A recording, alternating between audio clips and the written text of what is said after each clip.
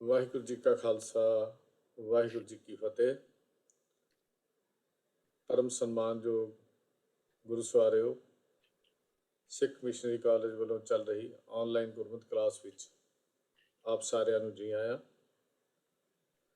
ਭਗਤ ਕਬੀਰ ਜੀ ਦੀ ਪਾਵਨ ਰਚਨਾ ਬਾਵਨ ਅੱਖਰੀ ਜੋ ਗੌੜੀ ਰਾਗ ਵਿੱਚ ਦਰਜ ਹੈ, ਉਸ ਦੀ ਲੜੀਵਾਰ ਵਿਚਾਰ ਅਸੀਂ ਕਰ ਰਹੇ ਹਾਂ। 30 ਅੰਕਾਂ ਤੱਕ ਅਸੀਂ ਵਿਚਾਰ ਕਰ ਚੁੱਕੇ ਹਾਂ। ਅੱਜ ਦੀ ਵਿਚਾਰ 31ਵੇਂ ਅੰਕ ਤੋਂ ਮਮਾ ਮੂਲ ਗਿਆ ਮਨ ਮਾਨੈ, ਮਰਮੀ ਹੋਏ ਸੋ ਮਨ ਕੋ ਜਾਣੈ। ਇਹ ਵਿਚਾਰ ਸਾਡੇ ਨਾਲ ਗਿਆਨੀ ਅੰਮ੍ਰਿਤਪਾਲ ਸਿੰਘ ਜੀ ਲੁਧਿਆਣਾ, ਜੋ ਅੱਜ ਕੱਲ੍ਹ ਲੰਡਨ ਹਨ, UK ਹਨ, ਉਹ ਸਾਡੇ ਨਾਲ ਸਾਂਝੇ ਕਰਨਗੇ। ਤਾਂ ਮੈਂ ਬੇਨਤੀ ਕਰ ਰਿਹਾ ਹਾਂ ਗਿਆਨੀ ਅੰਮ੍ਰਿਤਪਾਲ ਸਿੰਘ ਜੀ ਨੂੰ ਕਿ ਅੱਜ ਦੀ ਉਹ ਵਿਚਾਰ ਆਰੰਭ ਕਰਨ। ਮਮਾ ਮੂਲ ਗਿਆ ਮਨ ਮਾਨੈ। ਵਾਹਿਗੁਰੂ ਜੀ ਕਾ ਖਾਲਸਾ ਵਾਹਿਗੁਰੂ ਜੀ ਕੀ ਫਤਿਹ।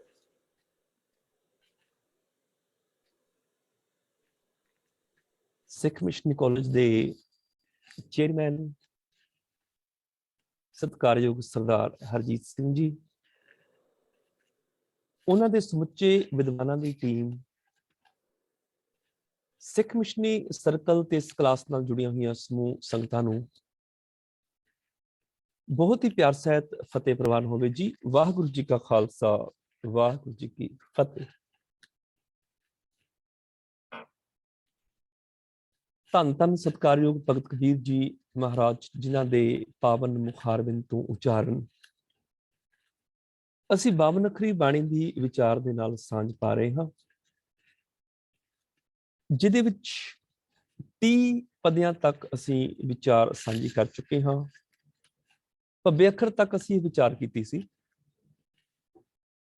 ਭੱਬਾ ਭੇਦੈ ਭੇਦ ਮਿਲਾਵਾ, ਅਬ ਭਉ ਭਾਨ ਭਰੋਸੋ ਆਵਾ, ਜੋ ਬਾਹਰ ਸੋ ਭੀਤਰ ਜਾਣਿਆ, ਭਇਆ ਭੇਦ ਉਪਤ ਪਹਿਚਾਨਿਆ। ਭੇਦ ਬਨੇ ਵਿੱਥ, ਜਿਹੜਾ ਪ੍ਰਭੂ ਨਾਲੋਂ ਪਈ ਹੋਈ ਵਿੱਥ ਨੂੰ ਮਿਲਾ ਲੈਂਦਾ ਹੈ, ਉਸ ਪ੍ਰਭੂ ਦੀ ਯਾਦ ਦੇ ਵਿੱਚ ਉਹ ਸੰਸਾਰਕ ਡਰ ਦੂਰ ਕਰਕੇ ਪ੍ਰਭੂ ਦੇ ਉੱਪਰ ਆਪਣਾ ਭਰੋਸਾ ਬਣਾ ਲੈਂਦਾ ਹੈ। ਉਹਨੂੰ ਸਮਝ ਪੈ ਜਾਂਦੀ ਹੈ ਕਿ ਜਿਹੜਾ ਬਾਹਰ ਪ੍ਰਭੂ ਵਿਆਪ ਰਿਹਾ ਜਗਤ ਦੇ ਵਿੱਚ, ਉਹ ਮੇਰੇ ਅੰਦਰ ਵੀ ਵਸ ਰਿਹਾ ਹੈ। ਹੁਣ ਉਹ ਰਾਜ ਖੁੱਲ ਗਿਆ, ਭੇਦ ਪਤਾ ਲੱਗ ਗਿਆ। ਹਰ ਇੱਕ ਦੇ ਵਿੱਚੋਂ ਉਹਨੇ ਭੂਪਤ ਪ੍ਰਭੂ ਨੂੰ ਪਛਾਣ ਲਿਆ, ਹਰ ਇੱਕ ਦੇ ਵਿੱਚੋਂ ਉਹਨੇ ਰੱਬ ਨੂੰ ਪਛਾਣ ਲਿਆ। ਹੁਣ ਇਸ ਤੋਂ ਅੱਗੇ 31ਵੇਂ ਬੰਦ ਤੋਂ ਇਹ ਅੱਜ ਦੀ ਅਸੀਂ ਵਿਚਾਰ ਆਰੰਭ ਕਰ ਰਹੇ ਹਾਂ।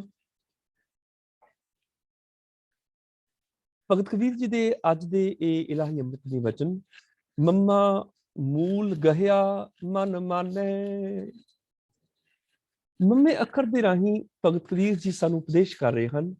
ਮੂਲ, ਮੂਲ ਮਨੇ ਮੁੱਢ, ਜਿਹੜਾ ਜਗਤ ਦਾ ਮੁੱਢ ਹੈ, ਇਸ ਜਗਤ ਦਾ ਤੱਤ ਹੈ, ਸਾਰ ਹੈ, ਨਿਚੋੜ ਹੈ, ਮੂਲ ਹੈ, ਜਿਹੜਾ ਜਿਹਦੇ ਤੋਂ ਕੁੱਲ ਸੰਸਾਰ ਦੀ ਸਰਗੁਣ ਦੀ ਉਤਪਤੀ ਹੈ, ਉਹ ਪ੍ਰਭੂ। ਗਹਿਆ ਮੈਨੇ ਫੜ ਲਿਆ, ਪਕੜ ਲਿਆ, ਜਾਂ ਮਨ ਚ ਵਸਾ ਲਿਆ, ਆਪਣੇ ਮਨ ਵਿੱਚ ਟਿਕਾ ਲਿਆ। ਮਨ ਮਾਨੈ, ਹੁਣ ਮਨ ਮੰਨ ਜਾਂਦਾ ਹੈ, ਵਿੱਚ ਜਾਂਦਾ ਹੈ, ਮਨ ਸਮਝ ਜਾਂਦਾ ਹੈ, ਮਨ ਜੁੜ ਜਾਂਦਾ ਹੈ। ਜੇ ਮੂਲ ਨੂੰ ਆਪਣੀ ਸੋਚ ਵਿੱਚ ਵਸਾ ਲਿਆ ਜਾਏ, ਮਮਾ ਮੂਲ ਗਹਿਆ, ਜੇ ਮੂਲ ਨੂੰ ਫੜ ਲਿਆ ਜਾਏ, ਜਗਤ ਦਾ ਤੱਤ ਮੁੱਢ ਜਿਹੜਾ ਹੈ, ਉਸ ਪ੍ਰਭੂ ਨੂੰ ਫੜ ਲਿਆ ਜਾਏ, ਭਾਵ ਮਨ ਵਿੱਚ ਵਸਾ ਲਿਆ ਜਾਏ, ਆਪਣੀ ਸੋਚ ਵਿੱਚ ਟਿਕਾ ਲਿਆ ਜਾਏ। ਮਨ ਮਾਨੈ, ਮਨ ਮੰਨ ਜਾਂਦਾ ਹੈ, ਵਿਕਾਰਾਂ ਵੱਲੋਂ ਰੁਕ ਜਾਂਦਾ ਹੈ, ਭਟਕਣਾ ਵੱਲੋਂ ਖਤਮ ਹੋ ਜਾਂਦਾ ਹੈ, ਬੁਰਾਈਆਂ ਵੱਲੋਂ ਰੁਕ ਜਾਂਦਾ ਹੈ, ਭਟਕਣਾ ਵੱਲੋਂ ਟਿਕ ਜਾਂਦਾ ਹੈ। ਇਹ ਮਨ ਦੀ ਦੌੜ ਖਤਮ ਹੋ ਜਾਂਦੀ ਹੈ, ਮਨ ਟਿਕਾ ਵਿੱਚ ਆ ਜਾਂਦਾ ਹੈ, ਸੁੱਖ ਆਰਾਮ ਇਹਨੂੰ ਮਿਲ ਜਾਂਦਾ ਹੈ, ਸ਼ਾਂਤੀ ਮਿਲ ਜਾਂਦੀ ਹੈ ਰੱਬੀ ਗੁਣਾਂ ਦੇ ਵਿੱਚੋਂ। ਰੱਬੀ ਗੁਣਾਂ ਵਿੱਚ ਜੁੜਿਆ ਇਹ ਮਨ ਜਿਹੜਾ ਮੰਨ ਜਾਂਦਾ ਹੈ, ਫਿਰ ਆਪਣੇ ਗੋਲ ਤੇ ਟਿਕਿਆ ਰਹਿੰਦਾ ਹੈ। ਆਪਣੇ ਗੋਲ, ਆਪਣੇ ਏਮ, ਆਪਣੀ ਜ਼ਿੰਦਗੀ ਦੇ ਨਿਸ਼ਾਨੇ ਨੂੰ ਛੱਡ ਕੇ ਕਿਤੇ ਹੋਰ ਪਾਸੇ ਭਟਕਦਾ ਨਹੀਂ ਹੈ, ਵਿਕਾਰਾਂ ਵਾਲੇ ਪਾਸੇ ਹੁਣ ਜਾਂਦਾ ਨਹੀਂ ਹੈ। ਜਦੋਂ ਦਾ ਇਹਨੇ ਮੂਲ ਨਾਲ ਸਾਂਝ ਪਾਈ, ਜਦੋਂ ਦਾ ਜਗਤ ਦੇ ਤੱਤ ਨੂੰ ਫੜਿਆ, ਉਦੋਂ ਦਾ ਮਨ ਮੰਨ ਗਿਆ, ਟਿਕ ਗਿਆ। ਮਰਮੀ ਹੋਏ ਸੋ ਮਨ ਕੋ ਜਾਣੈ। ਮਰਮ ਕਹਿੰਦੇ ਨੇ ਭੇਤ ਨੂੰ, ਤੇ ਮਰਮੀ ਮੈਨੇ ਜਿਹੜਾ ਭੇਤ ਜਾਣਨ ਵਾਲਾ ਹੈ, ਜਿਹੜਾ ਭੇਤੀ ਹੈ, ਵਾਕਫਕਾਰ ਹੈ, ਜਿਹੜਾ ਜਾਣਕਾਰ ਹੈ। ਸੋ ਮਨ ਕੋ ਜਾਣੇ, ਮਰਮੀ ਹੋਏ ਜਿਹੜਾ ਵਾਕਫ ਹੋ ਜਾਂਦਾ ਹੈ। ਜੋ ਜੀਵ ਇਸ ਭੇਦ ਨੂੰ ਜਾਣ ਲਵੇ ਕਿ ਪ੍ਰਭੂ ਮੂਲ ਨਾਲ ਜੁੜਿਆ ਹੀ ਮਨ ਟਿਕਦਾ ਹੈ, ਜਿਹੜਾ ਇਸ ਭੇਦ ਨੂੰ ਜਾਣ ਲਵੇ, ਮਰਮੀ ਹੋਏ ਸੋ ਮਨ ਕੋ ਜਾਣੇ। ਜਦੋਂ ਇਸ ਨੂੰ ਪਤਾ ਲੱਗ ਜਾਏ ਕਿ ਪ੍ਰਭੂ ਚਰਨਾਂ ਵਿੱਚ ਜੁੜਿਆ ਮਨ ਭਟਕਣੋਂ ਹਟ ਜਾਂਦਾ ਹੈ, ਜਦੋਂ ਆਹ ਕੰਮ ਕਰਕੇ ਦੇਖ ਲਵੇ, ਜਦੋਂ ਮਨੁੱਖ ਮਨ ਦੀ ਦੌੜ ਛੱਡ ਕੇ ਮਨ ਨੂੰ ਪ੍ਰਭੂ ਨਾਲ ਜੋੜ ਕੇ ਦੇਖ ਲਵੇ, ਤੇ ਉਹਨੂੰ ਸਮਝ ਪੈ ਜਾਂਦੀ ਹੈ। ਮਰਮੀ ਹੋਏ ਮੈਨੇ ਉਹ ਜਾਣਕਾਰ ਹੋ ਜਾਂਦਾ ਹੈ, ਉਹ ਭੇਤ ਪਾ ਲੈਂਦਾ ਹੈ, ਉਹਨੂੰ ਸਮਝ ਆ ਜਾਂਦੀ ਹੈ ਕਿ ਪ੍ਰਭੂ ਨਾਲ ਜੁੜਿਆ ਹੀ ਇਸ ਮਨ ਦੀ ਦੌੜ ਖਤਮ ਹੋਏਗੀ। ਜਦੋਂ ਇਸ ਮਨ ਨੂੰ ਸਮਝ ਆ ਜਾਂਦੀ ਹੈ,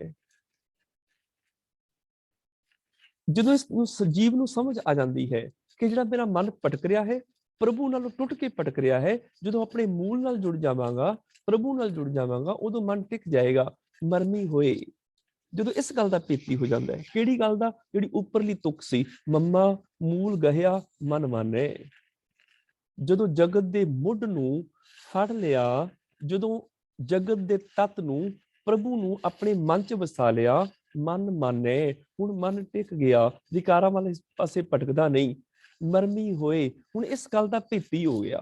ਸੋ ਮਨ ਕੋ ਜਾਣੇ, ਹੁਣ ਉਹ ਮਨ ਨੂੰ ਜਾਣ ਲੈਂਦਾ ਹੈ, ਹੁਣ ਮਨ ਨੂੰ ਸਮਝ ਲੈਂਦਾ ਹੈ ਕਿ ਮੇਰਾ ਮਨ ਹੀ ਸੀ ਜਿਹੜਾ ਮੈਨੂੰ ਭਟਕਾ ਰਿਹਾ ਸੀ, ਮੇਰਾ ਮਨ ਹੀ ਮੈਨੂੰ ਕਾਮ ਕ੍ਰੋਧ ਵਾਲੇ ਪਾਸੇ ਲਿਜਾ ਰਿਹਾ ਸੀ, ਮੇਰਾ ਮਨ ਹੀ ਮੈਨੂੰ ਲੋਭ ਮੋਹ ਹੰਕਾਰ ਵਾਲੇ ਪਾਸੇ ਲਿਜਾ ਰਿਹਾ ਸੀ, ਮੇਰਾ ਮਨ ਹੀ ਮੈਨੂੰ ਬੁਰਾਈਆਂ ਵਾਲੇ ਪਾਸੇ ਲਿਜਾ ਰਿਹਾ ਸੀ। ਹੁਣ ਉਹਨੂੰ ਸਮਝ ਪੈ ਗਈ ਇਸ ਮਨ ਦੀ। ਮਨ ਕੋ ਜਾਣੇ, ਹੁਣ ਜਦੋਂ ਉਹਦਾ ਮਨ ਜੁੜਦਾ ਹੈ ਪ੍ਰਭੂ ਨਾਲ, ਉਦੋਂ ਮਨ ਦੀ ਦੌੜ ਖਤਮ ਹੋ ਜਾਂਦੀ ਹੈ। ਉਹ ਸ਼ੁਭ ਗੁਣ ਉਹਦੀ ਜ਼ਿੰਦਗੀ 'ਚ ਆ ਜਾਂਦੇ ਨੇ, ਰੱਬੀ ਗੁਣਾਂ ਦੇ ਨਾਲ ਉਹ ਜੁੜ ਜਾਂਦਾ ਹੈ, ਸੱਚ ਨਾਲ ਉਹ ਹਮੇਸ਼ਾ ਲਈ ਜੁੜ ਜਾਂਦਾ ਹੈ। ਮਤ ਕੋਈ ਮਨ ਮਿਲਤਾ ਬਿਲਮਾਵੇ, ਤੇ ਭਗਤ ਕਬੀਰ ਜੀ ਆਖਦੇ ਨੇ, ਮਤ ਕੋਈ ਮਤਾਂ ਕੋਈ, ਬਿਲਮਾਵੇ ਮੈਨੇ ਦੇਰ ਕਰੇ, ਦੇਰ ਨਾ ਕਰੇ। ਬਿਲਮ ਆਖਦੇ ਨੇ ਦੇਰ ਨੂੰ, ਮਤਾਂ ਕੋਈ ਦੇਰ ਕਰੇ। ਭਾਵ ਜੇ ਮਨ ਮਿਲਦਾ ਹੋਵੇ ਰੱਬ ਦੇ ਨਾਲ, ਤੇ ਮਤਾਂ ਕੋਈ ਦੇਰ ਕਰੇ ਮਨ ਦੇ ਮਿਲਣ ਦੇ ਵਿੱਚ। ਮਤ ਕੋਈ ਮਨ ਮਿਲਤਾ ਬਿਲਮਾਵੇ, ਮਤਾਂ ਕੋਈ ਮਨ ਮਿਲਦਾ ਹੋਵੇ ਰੱਬ ਵਿੱਚ, ਬਿਲਵਾਵੇਂ ਮੈਨੇ ਦੇਰ ਕਰੀ ਜਾਏ। ਭਾਵ ਜੇ ਕਿਸੇ ਦਾ ਮਨ ਰੱਬ ਨਾਲ ਜੁੜ ਰਿਹਾ ਹੋਵੇ, ਤੇ ਉਹ ਬੰਦਾ ਦੇਰ ਨਾ ਕਰੇ। ਫਿਰ ਜੇ ਮਨ ਵਿੱਚ ਸ਼ੁਭ ਗੁਣ ਪ੍ਰਗਟ ਹੋ ਰਹੇ ਹੋਣ, ਫਿਰ ਉਹ ਢਿੱਲ ਨਾ ਕਰੇ, ਫਿਰ ਉਹ ਆਲਸ ਨਾ ਕਰੇ। ਰੱਬੀ ਗੁਣਾਂ ਵਿੱਚ ਮਨ ਦੇ ਜੁੜਨ ਵਿੱਚ ਦੇਰ ਨਹੀਂ ਕਰਨੀ ਚਾਹੀਦੀ, ਮਨ ਨੂੰ ਮਿਲਾਣਾ ਚਾਹੀਦਾ ਹੈ। ਜੇ ਮਨ ਹੁਣ ਧਰਮ ਵਾਲੇ ਪਾਸੇ ਤੁਰ ਹੀ ਪਿਆ, ਰੱਬ ਵਾਲੇ ਪਾਸੇ ਤੁਰ ਹੀ ਪਿਆ, ਹੁਣ ਦੇਰ ਨਾ ਕਰੇ, ਕਿਉਂਕਿ ਦੇਰ ਕਰੇਗਾ ਫਿਰ ਜ਼ਿੰਦਗੀ ਪਾਪ। ਨਹਿ ਬਿਲੰਬ ਧਰਮੰ ਬਿਲੰਬ ਪਾਪੰ, ਦੇਰ ਕਰਨੀ ਤੇ ਪਾਪ ਚ ਕਰ ਲਓ, ਧਰਮ ਚ ਦੇਰ ਨਾ ਕਰੋ। ਜੇ ਧਰਮ ਕਰ ਰਹੇ ਹੋ ਫਿਰ ਦੇਰ ਨਹੀਂ। ਨਹਿ ਬਿਲੰਬ ਧਰਮੰ, ਧਰਮ ਚ ਦੇਰ ਨਾ ਕਰੋ, ਬਿਲੰਬ ਪਾਪੰ, ਪਾਪ ਵਿੱਚ ਦੇਰ ਕਰ ਲਓ। ਭਾਵ ਹੁਣ ਜਦੋਂ ਮਨ ਮਿਲਣਾ ਚਾਹੁੰਦਾ ਹੈ, ਮਨ ਜੁੜ ਰਿਹਾ ਪ੍ਰਭੂ ਨਾਲ, ਹੁਣ ਦੇਰ ਨਾ ਕਰੋ, ਹੁਣ ਆਲਸ ਨਾ ਕਰੋ। ਸਾਡੀ ਹਾਲਤ ਇਹ ਹੈ, ਬੁਰੇ ਕੰਮਾਂ ਦੇ ਲਈ ਅਸੀਂ ਦੇਰ ਨਹੀਂ ਕਰਦੇ, ਚੰਗੇ ਕੰਮਾਂ ਲਈ ਦੇਰ ਕਰ ਦਿੰਦੇ ਹਾਂ। ਸਾਡੀ ਹਾਲਤ ਹੈ। ਜਿੱਥੇ ਨਿਤਨੇਮ ਦਾ ਪਾਠ ਸ਼ੁਰੂ ਕਰਨਾ ਹੈ, ਅਸੀਂ ਕਹਿੰਦੇ ਹਾਂ ਵੀ ਕੱਲ ਤੋਂ ਨਿਤਨੇਮ ਸ਼ੁਰੂ ਕਰ ਹੀ ਦੇਣਾ ਹੈ, ਅਸੀਂ ਕੱਲ ਤੇ ਪਾ ਦਿੰਦੇ ਹਾਂ। ਕੋਈ ਚੰਗਾ ਕੰਮ ਕਰਨਾ ਅਸੀਂ ਕੱਲ ਤੋਂ ਕਰ ਹੀ ਦੇਣਾ ਹੈ, ਕੱਲ ਤੋਂ ਸ਼ਬਦ ਦੀ ਵਿਚਾਰ ਸ਼ੁਰੂ ਕਰ ਦੇਣੀ ਹੈ। ਪਰ ਜਦੋਂ ਕੋਈ ਬੁਰਾ ਕੰਮ ਕਰਨਾ ਹੈ, ਉਹ ਅੱਜ ਹੀ ਕਰਨਾ ਹੈ। ਚੰਗੇ ਕੰਮ ਵੇਲੇ ਆਲਸ ਹੈ, ਬੁਰਾ ਕੰਮ ਕਰਨਾ ਤੇ ਸ਼ੇਰ ਦੀ ਤਰ੍ਹਾਂ ਭਬਕ ਮਾਰ ਕੇ ਕਹਿੰਦੇ ਆ ਇਹ ਤੇ ਮੈਂ ਕਰਾਂਗਾ। ਚੰਗਿਆਈ ਆਲਕ ਕਰੇ, ਬੁਰਿਆਈ ਹੋਏ ਸ਼ੇਰ, ਨਾਨਕ ਅੱਜ ਕੱਲ ਆਪਸੀ ਗਫਲ ਫਾਹੀ ਢੇਰ। ਚੰਗੇ ਕੰਮਾਂ ਲਈ ਆਲਸ ਹੈ, ਬੁਰੇ ਕੰਮ ਬੜਾ ਸ਼ੇਰ ਬਣ ਕੇ ਕਰਦਾ, ਮੈਂ ਕਰਾਂਗਾ। ਬੁਰੇ ਕੰਮ ਊਠ ਖਲੋਇਆ, ਨਾਮ ਕੀ ਵੇਲਾ ਪੈ ਪੈ ਸੋਇਆ। ਜਦੋਂ ਨਾਮ ਦੀ ਗੱਲ ਆਵੇ ਉਦੋਂ ਨੀਂਦ ਆਉਂਦੀ ਹੈ, ਉਬਾਸੀਆਂ ਆਉਂਦੀਆਂ ਨੇ, ਬਾਣੀ ਦਾ ਪਾਠ ਕਰਦਿਆਂ ਗੋਡੇ ਦਰਦ ਹੁੰਦੇ ਨੇ। 8 ਘੰਟੇ ਕੰਮ ਕਰਦਾ, ਫਾਊਂਡਰੀ ਵਿੱਚ ਲੋਹਾ ਗਾਲਦਾ, ਜਾਂ ਖੇਤਾਂ 'ਚ ਕੰਮ ਕਰਦਾ, ਜਾਂ ਕੋਈ ਵੀ ਕੰਮ ਕਰਦਾ, ਬਿਲਕੁਲ ਨਹੀਂ ਥੱਕਦਾ। ਸ਼ਾਮ ਨੂੰ ਆ ਕੇ ਸੋਦਰ ਦਾ ਪਾਠ ਕਰਨਾ ਹੋਵੇ ਤੇ ਥੱਕ ਜਾਂਦਾ ਹੈ। ਸਾਰਾ ਦਿਨ ਕੰਮ ਕਰਦੇ ਥੱਕ, ਕੋਈ ਥਕਾਵਟ ਨਹੀਂ। ਬਾਣੀ ਪੜ੍ਹਨੀ, ਸ਼ਬਦ ਦੀ ਵਿਚਾਰ ਕਰਨੀ, ਮਨ ਸਿਰ ਤੇ ਪਹਾੜ ਟੁੱਟ ਕੇ ਪੈ ਗਏ। ਸਾਰੋ ਦਿਨ ਮਜ਼ਦੂਰੀ ਕਰੇ, ਹਰ ਸਿਮਰਨ ਕੀ ਬੇੜਾ ਬੱਜਰ ਸਿਰ ਪਰੇ। ਰੱਬੀ ਯਾਦ ਦੀ ਗੱਲ ਆਵੇ, ਮਨ ਸਿਰ ਤੇ ਬੱਜਰ ਪੱਥਰ ਪੈ ਗਏ, ਪਹਾੜ ਟੁੱਟ ਪਏ ਸਿਰ ਤੇ।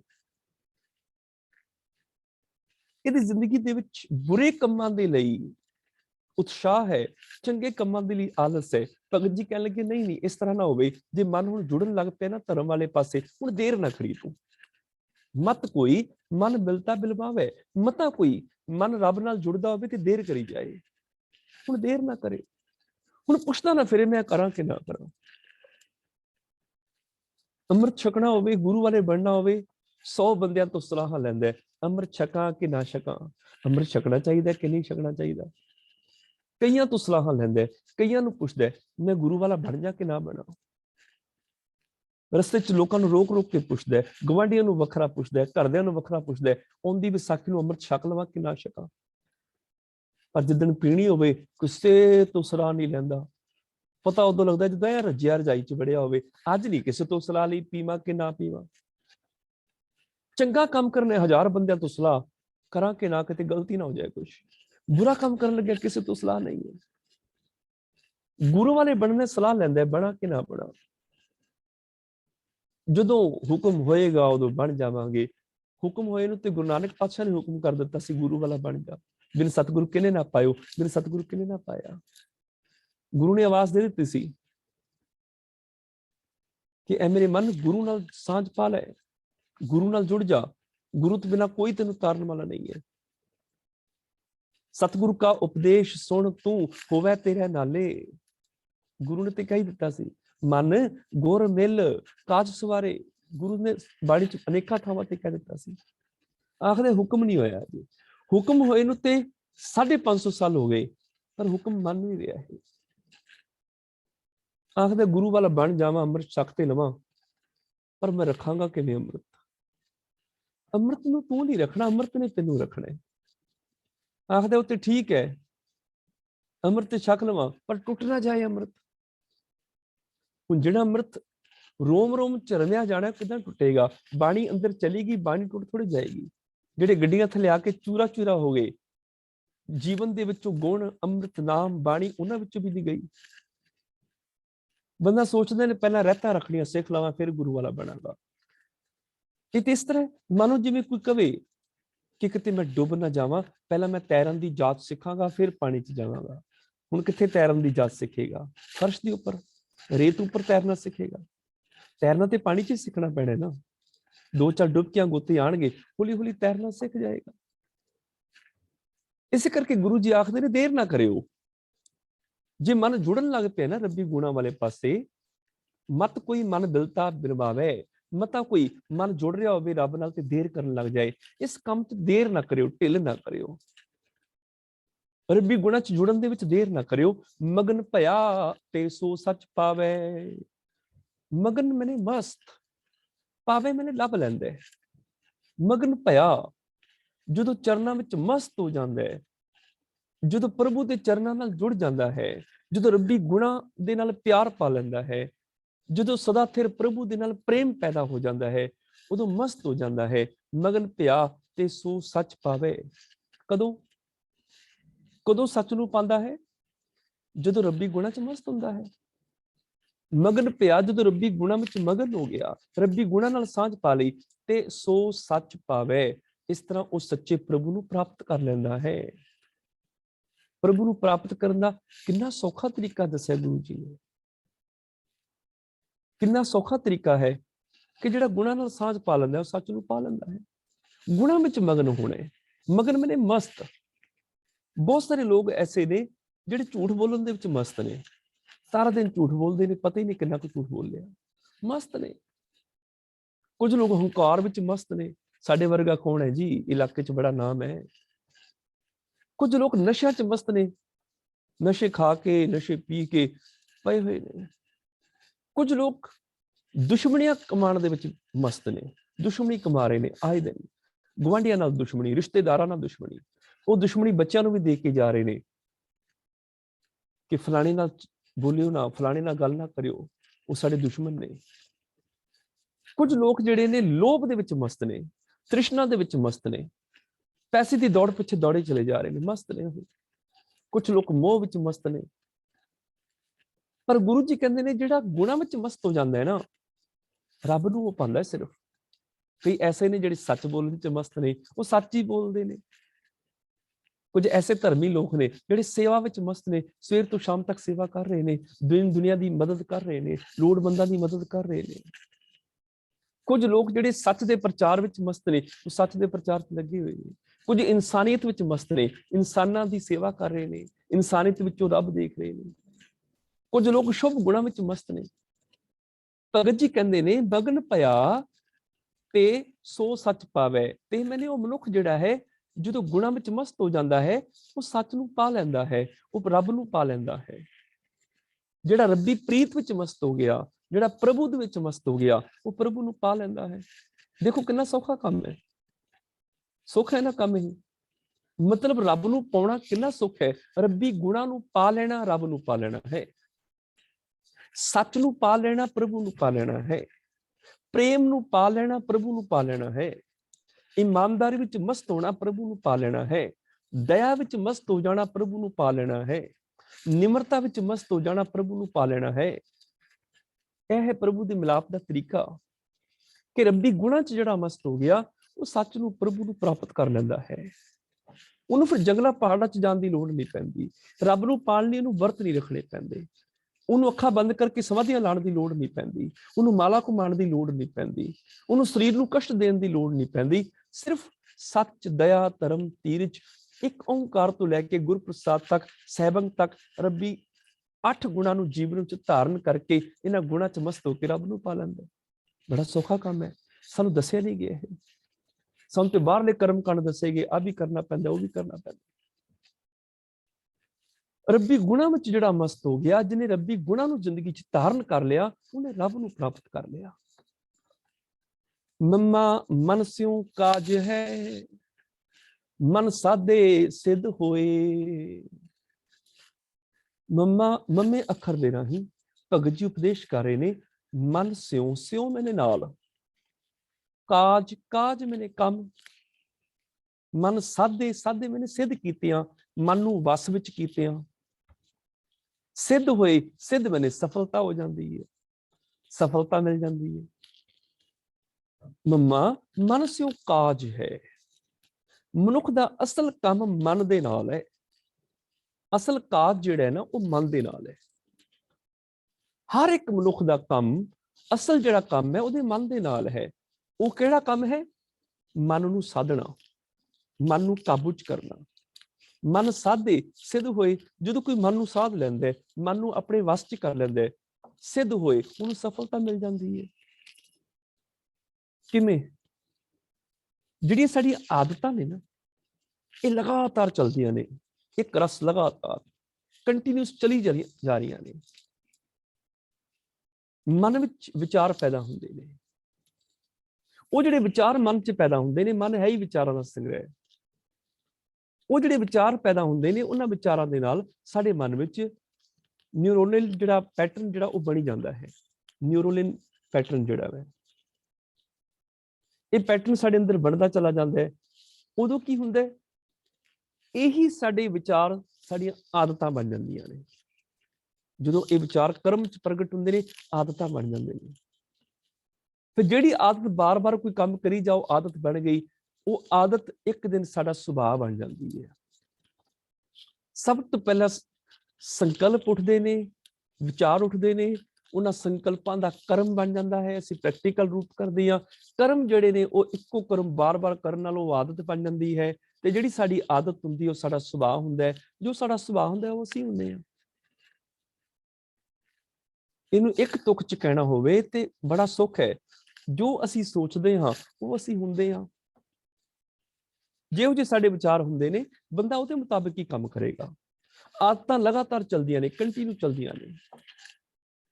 ਜੇ ਇਹਨਾਂ ਨੂੰ ਅਸੀਂ ਬਦਲਣ ਦਾ ਯਤਨ ਨਹੀਂ ਕਰਦੇ, ਤੇ ਬਦਲਣਗੀਆਂ ਨਹੀਂ। ਮੁਸ਼ਕਲ ਹੈ। ਆਦਤਾਂ ਨੂੰ ਬਦਲਣਾ ਪੈਂਦਾ ਹੈ। ਜੇ ਅਸੀਂ ਬਦਲਣ ਦੀ ਕੋਸ਼ਿਸ਼ ਨਹੀਂ ਕਰਾਂਗੇ ਤਾਂ ਨਹੀਂ ਬਦਲਣਗੇ। ਅਸੀਂ ਗੁਰਬਾਣੀ 'ਚ ਅਨੇਕਾਂ ਥਾਵਾਂ ਤੇ ਇਹ ਬਚਨ ਪੜ੍ਹਦੇ ਹੈਗੇ ਆ। ਕਿ ਆਦਤਾਂ ਜਿਹੜੀਆਂ ਨੇ, ਮਨ ਦੇ ਵਿਚਾਰ ਜਿਹੜੇ ਨੇ, ਕਦੀ ਬੁਰੇ ਨੇ ਕਦੀ ਚੰਗੇ ਨੇ।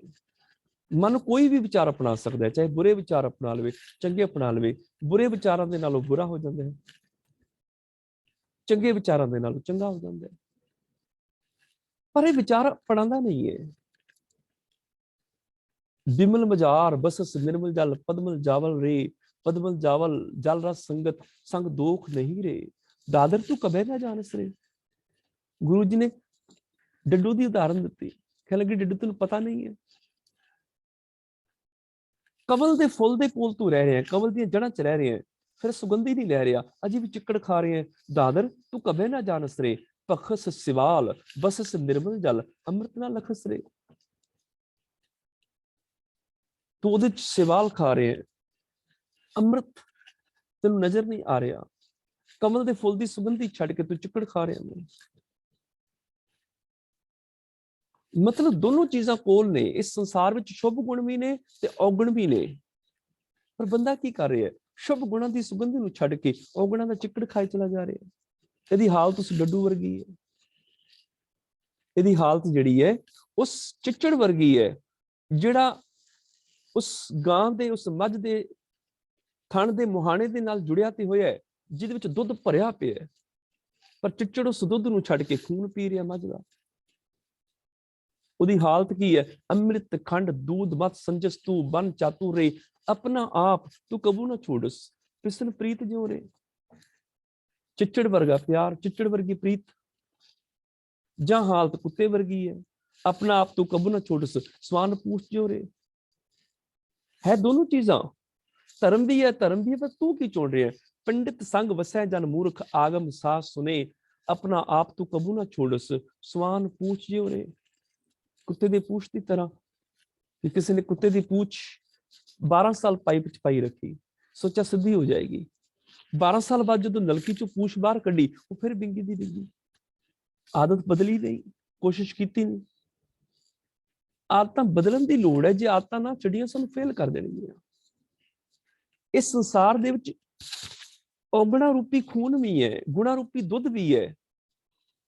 ਚਿੱਚੜ ਜਿਹੜਾ ਔਗਣਾ ਦਾ ਖੂਨ ਪੀ ਚਲਾ ਜਾਂਦਾ ਹੈ, ਵੱਛਾ ਜਿਹੜਾ ਦੁੱਧ ਚੂੰ ਕੇ ਚਲਾ ਜਾਂਦਾ ਹੈ ਦੋਨੋਂ ਚੀਜ਼ਾਂ। ਪਰ ਅਸੀਂ ਕਿਹੜੀ ਚੀਜ਼ ਐਕਸੈਪਟ ਕਰਨੀ ਹੈ? ਇਹਦੇ ਲਈ ਮਨ ਨੂੰ ਸਾਧਨਾ ਪਏਗਾ, ਮਨ ਨੂੰ ਕਾਬੂ ਚ ਕਰਨਾ ਪਏਗਾ, ਵਿਚਾਰ ਬਦਲਨੇ ਪੈਣਗੇ, ਆਦਤਾਂ ਬਦਲਣੀਆਂ ਪੈਣਗੀਆਂ, ਔਰ ਸਾਡਾ ਵਾਹੀ ਮਨ ਨਾਲ ਪੈਣਾ। ਮੰਮਾ ਮਨ ਸਿਉ ਕਾਜ ਹੈ। ਹਰ ਮਨੁੱਖ ਦਾ ਅਸਲ ਕੰਮ ਮਨ ਦੇ ਨਾਲ ਹੀ ਹੈ। ਉਹਨੇ ਆਪਣੀ ਜ਼ਿੰਦਗੀ ਬਣਾਣੀ ਮਨ ਨੂੰ ਵਰਤ ਕੇ ਹੀ ਬਣਾਣੀ ਹੈ।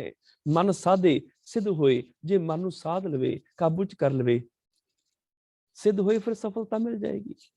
ਜੇ ਮਨ ਨਹੀਂ ਸਾਧੇਗਾ, ਵਿਚਾਰ ਨਹੀਂ ਬਦਲੇਗਾ, ਆਦਤਾਂ ਨਹੀਂ ਬਦਲੇਗਾ, ਫਿਰ ਸਫਲਤਾ ਨਹੀਂ ਮਿਲੇਗੀ। ਮਨ ਨੂੰ ਆਲਸ ਦੀ ਆਦਤ ਹੈ, ਲੇਟ ਉੱਠਣ ਦੀ ਆਦਤ ਹੈ, ਰੋਜ਼ ਲੇਟ ਉੱਠੀ ਜਾਂਦਾ ਹੈ। ਇਹ ਆਦਤ ਕੰਟੀਨਿਊ ਹੋਈ ਜਾਏਗੀ, ਪੱਕੀ ਚਲੀ ਜਾਏਗੀ। ਰੋਜ਼ ਲੇਟ ਉੱਠੇਗਾ, ਆਦਤ ਪੱਕੀ ਹੋਈ ਚਲੀ ਜਾਏਗੀ। ਹੁਣ ਜੇ ਜਲਦੀ ਉੱਠਣਾ ਤੇ ਆਦਤ ਬਦਲਣੀ ਪਏਗੀ। ਇਸ ਮਨ ਨੂੰ ਕਾਬੂ ਚ ਕਰਨਾ ਪਏਗਾ, ਸਾਧਨਾ ਪਏਗਾ। ਆਲਸ ਦੀ ਆਦਤ ਨੂੰ ਖਤਮ ਕਰਨਾ ਪਏਗਾ। ਲੇਟ ਉੱਠਣ ਦੀ ਆਦਤ ਹੈ, ਆਲਸ ਦੇ ਵਿੱਚ ਆ ਗਈ। ਕੰਮ ਨਾ ਕਰਨ ਦੀ ਆਦਤ ਆਲਸ ਵਿੱਚ ਆ ਗਈ। ਹੁਣ ਕੰਮ ਨਹੀਂ ਕਰ ਰਿਹਾ, ਆਲਸੀ ਹੋ ਜਾਂਦਾ।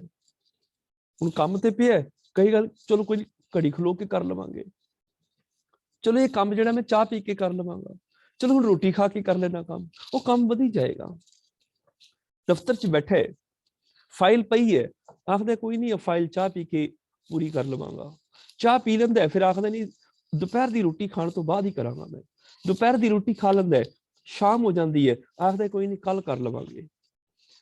ਅਗਲੇ ਦਿਨ ਇੱਕ ਹੋਰ ਫਾਈਲ ਆ ਜਾਂਦੀ, 2 ਫਾਈਲਾਂ ਇਕੱਠੀਆਂ ਹੋ ਗਈਆਂ। ਆਲਸ ਦੇ ਵਿੱਚ ਉਹਨੂੰ ਵੀ ਟਾਲੀ ਚਲਾ ਜਾਂਦਾ ਹੈ। ਟਾਲਦਿਆਂ ਤੀਜੇ ਦਿਨ 3 ਫਾਈਲਾਂ ਹੋ ਗਈਆਂ, ਕੰਮ ਵੱਧ ਗਿਆ, ਹੁਣ ਫਾਈਲਾਂ ਘਰ ਚੁੱਕੀ ਫਿਰਦਾ ਵੈ। ਜੇ ਉਹੀ ਟਾਈਮ ਨਾਲ ਕੀਤਾ ਹੁੰਦਾ ਤੇ ਘਰੇ ਆ ਕੇ ਟਾਈਮ ਦਿੰਦਾ ਪਰਿਵਾਰ ਨੂੰ। ਇਸ ਆਲਸ ਨੇ ਕੰਮ ਦਾ ਢੇਰ ਲਗਾ ਦਿੱਤਾ, ਕੰਮ ਮੁੱਕਦਾ ਨਹੀਂ।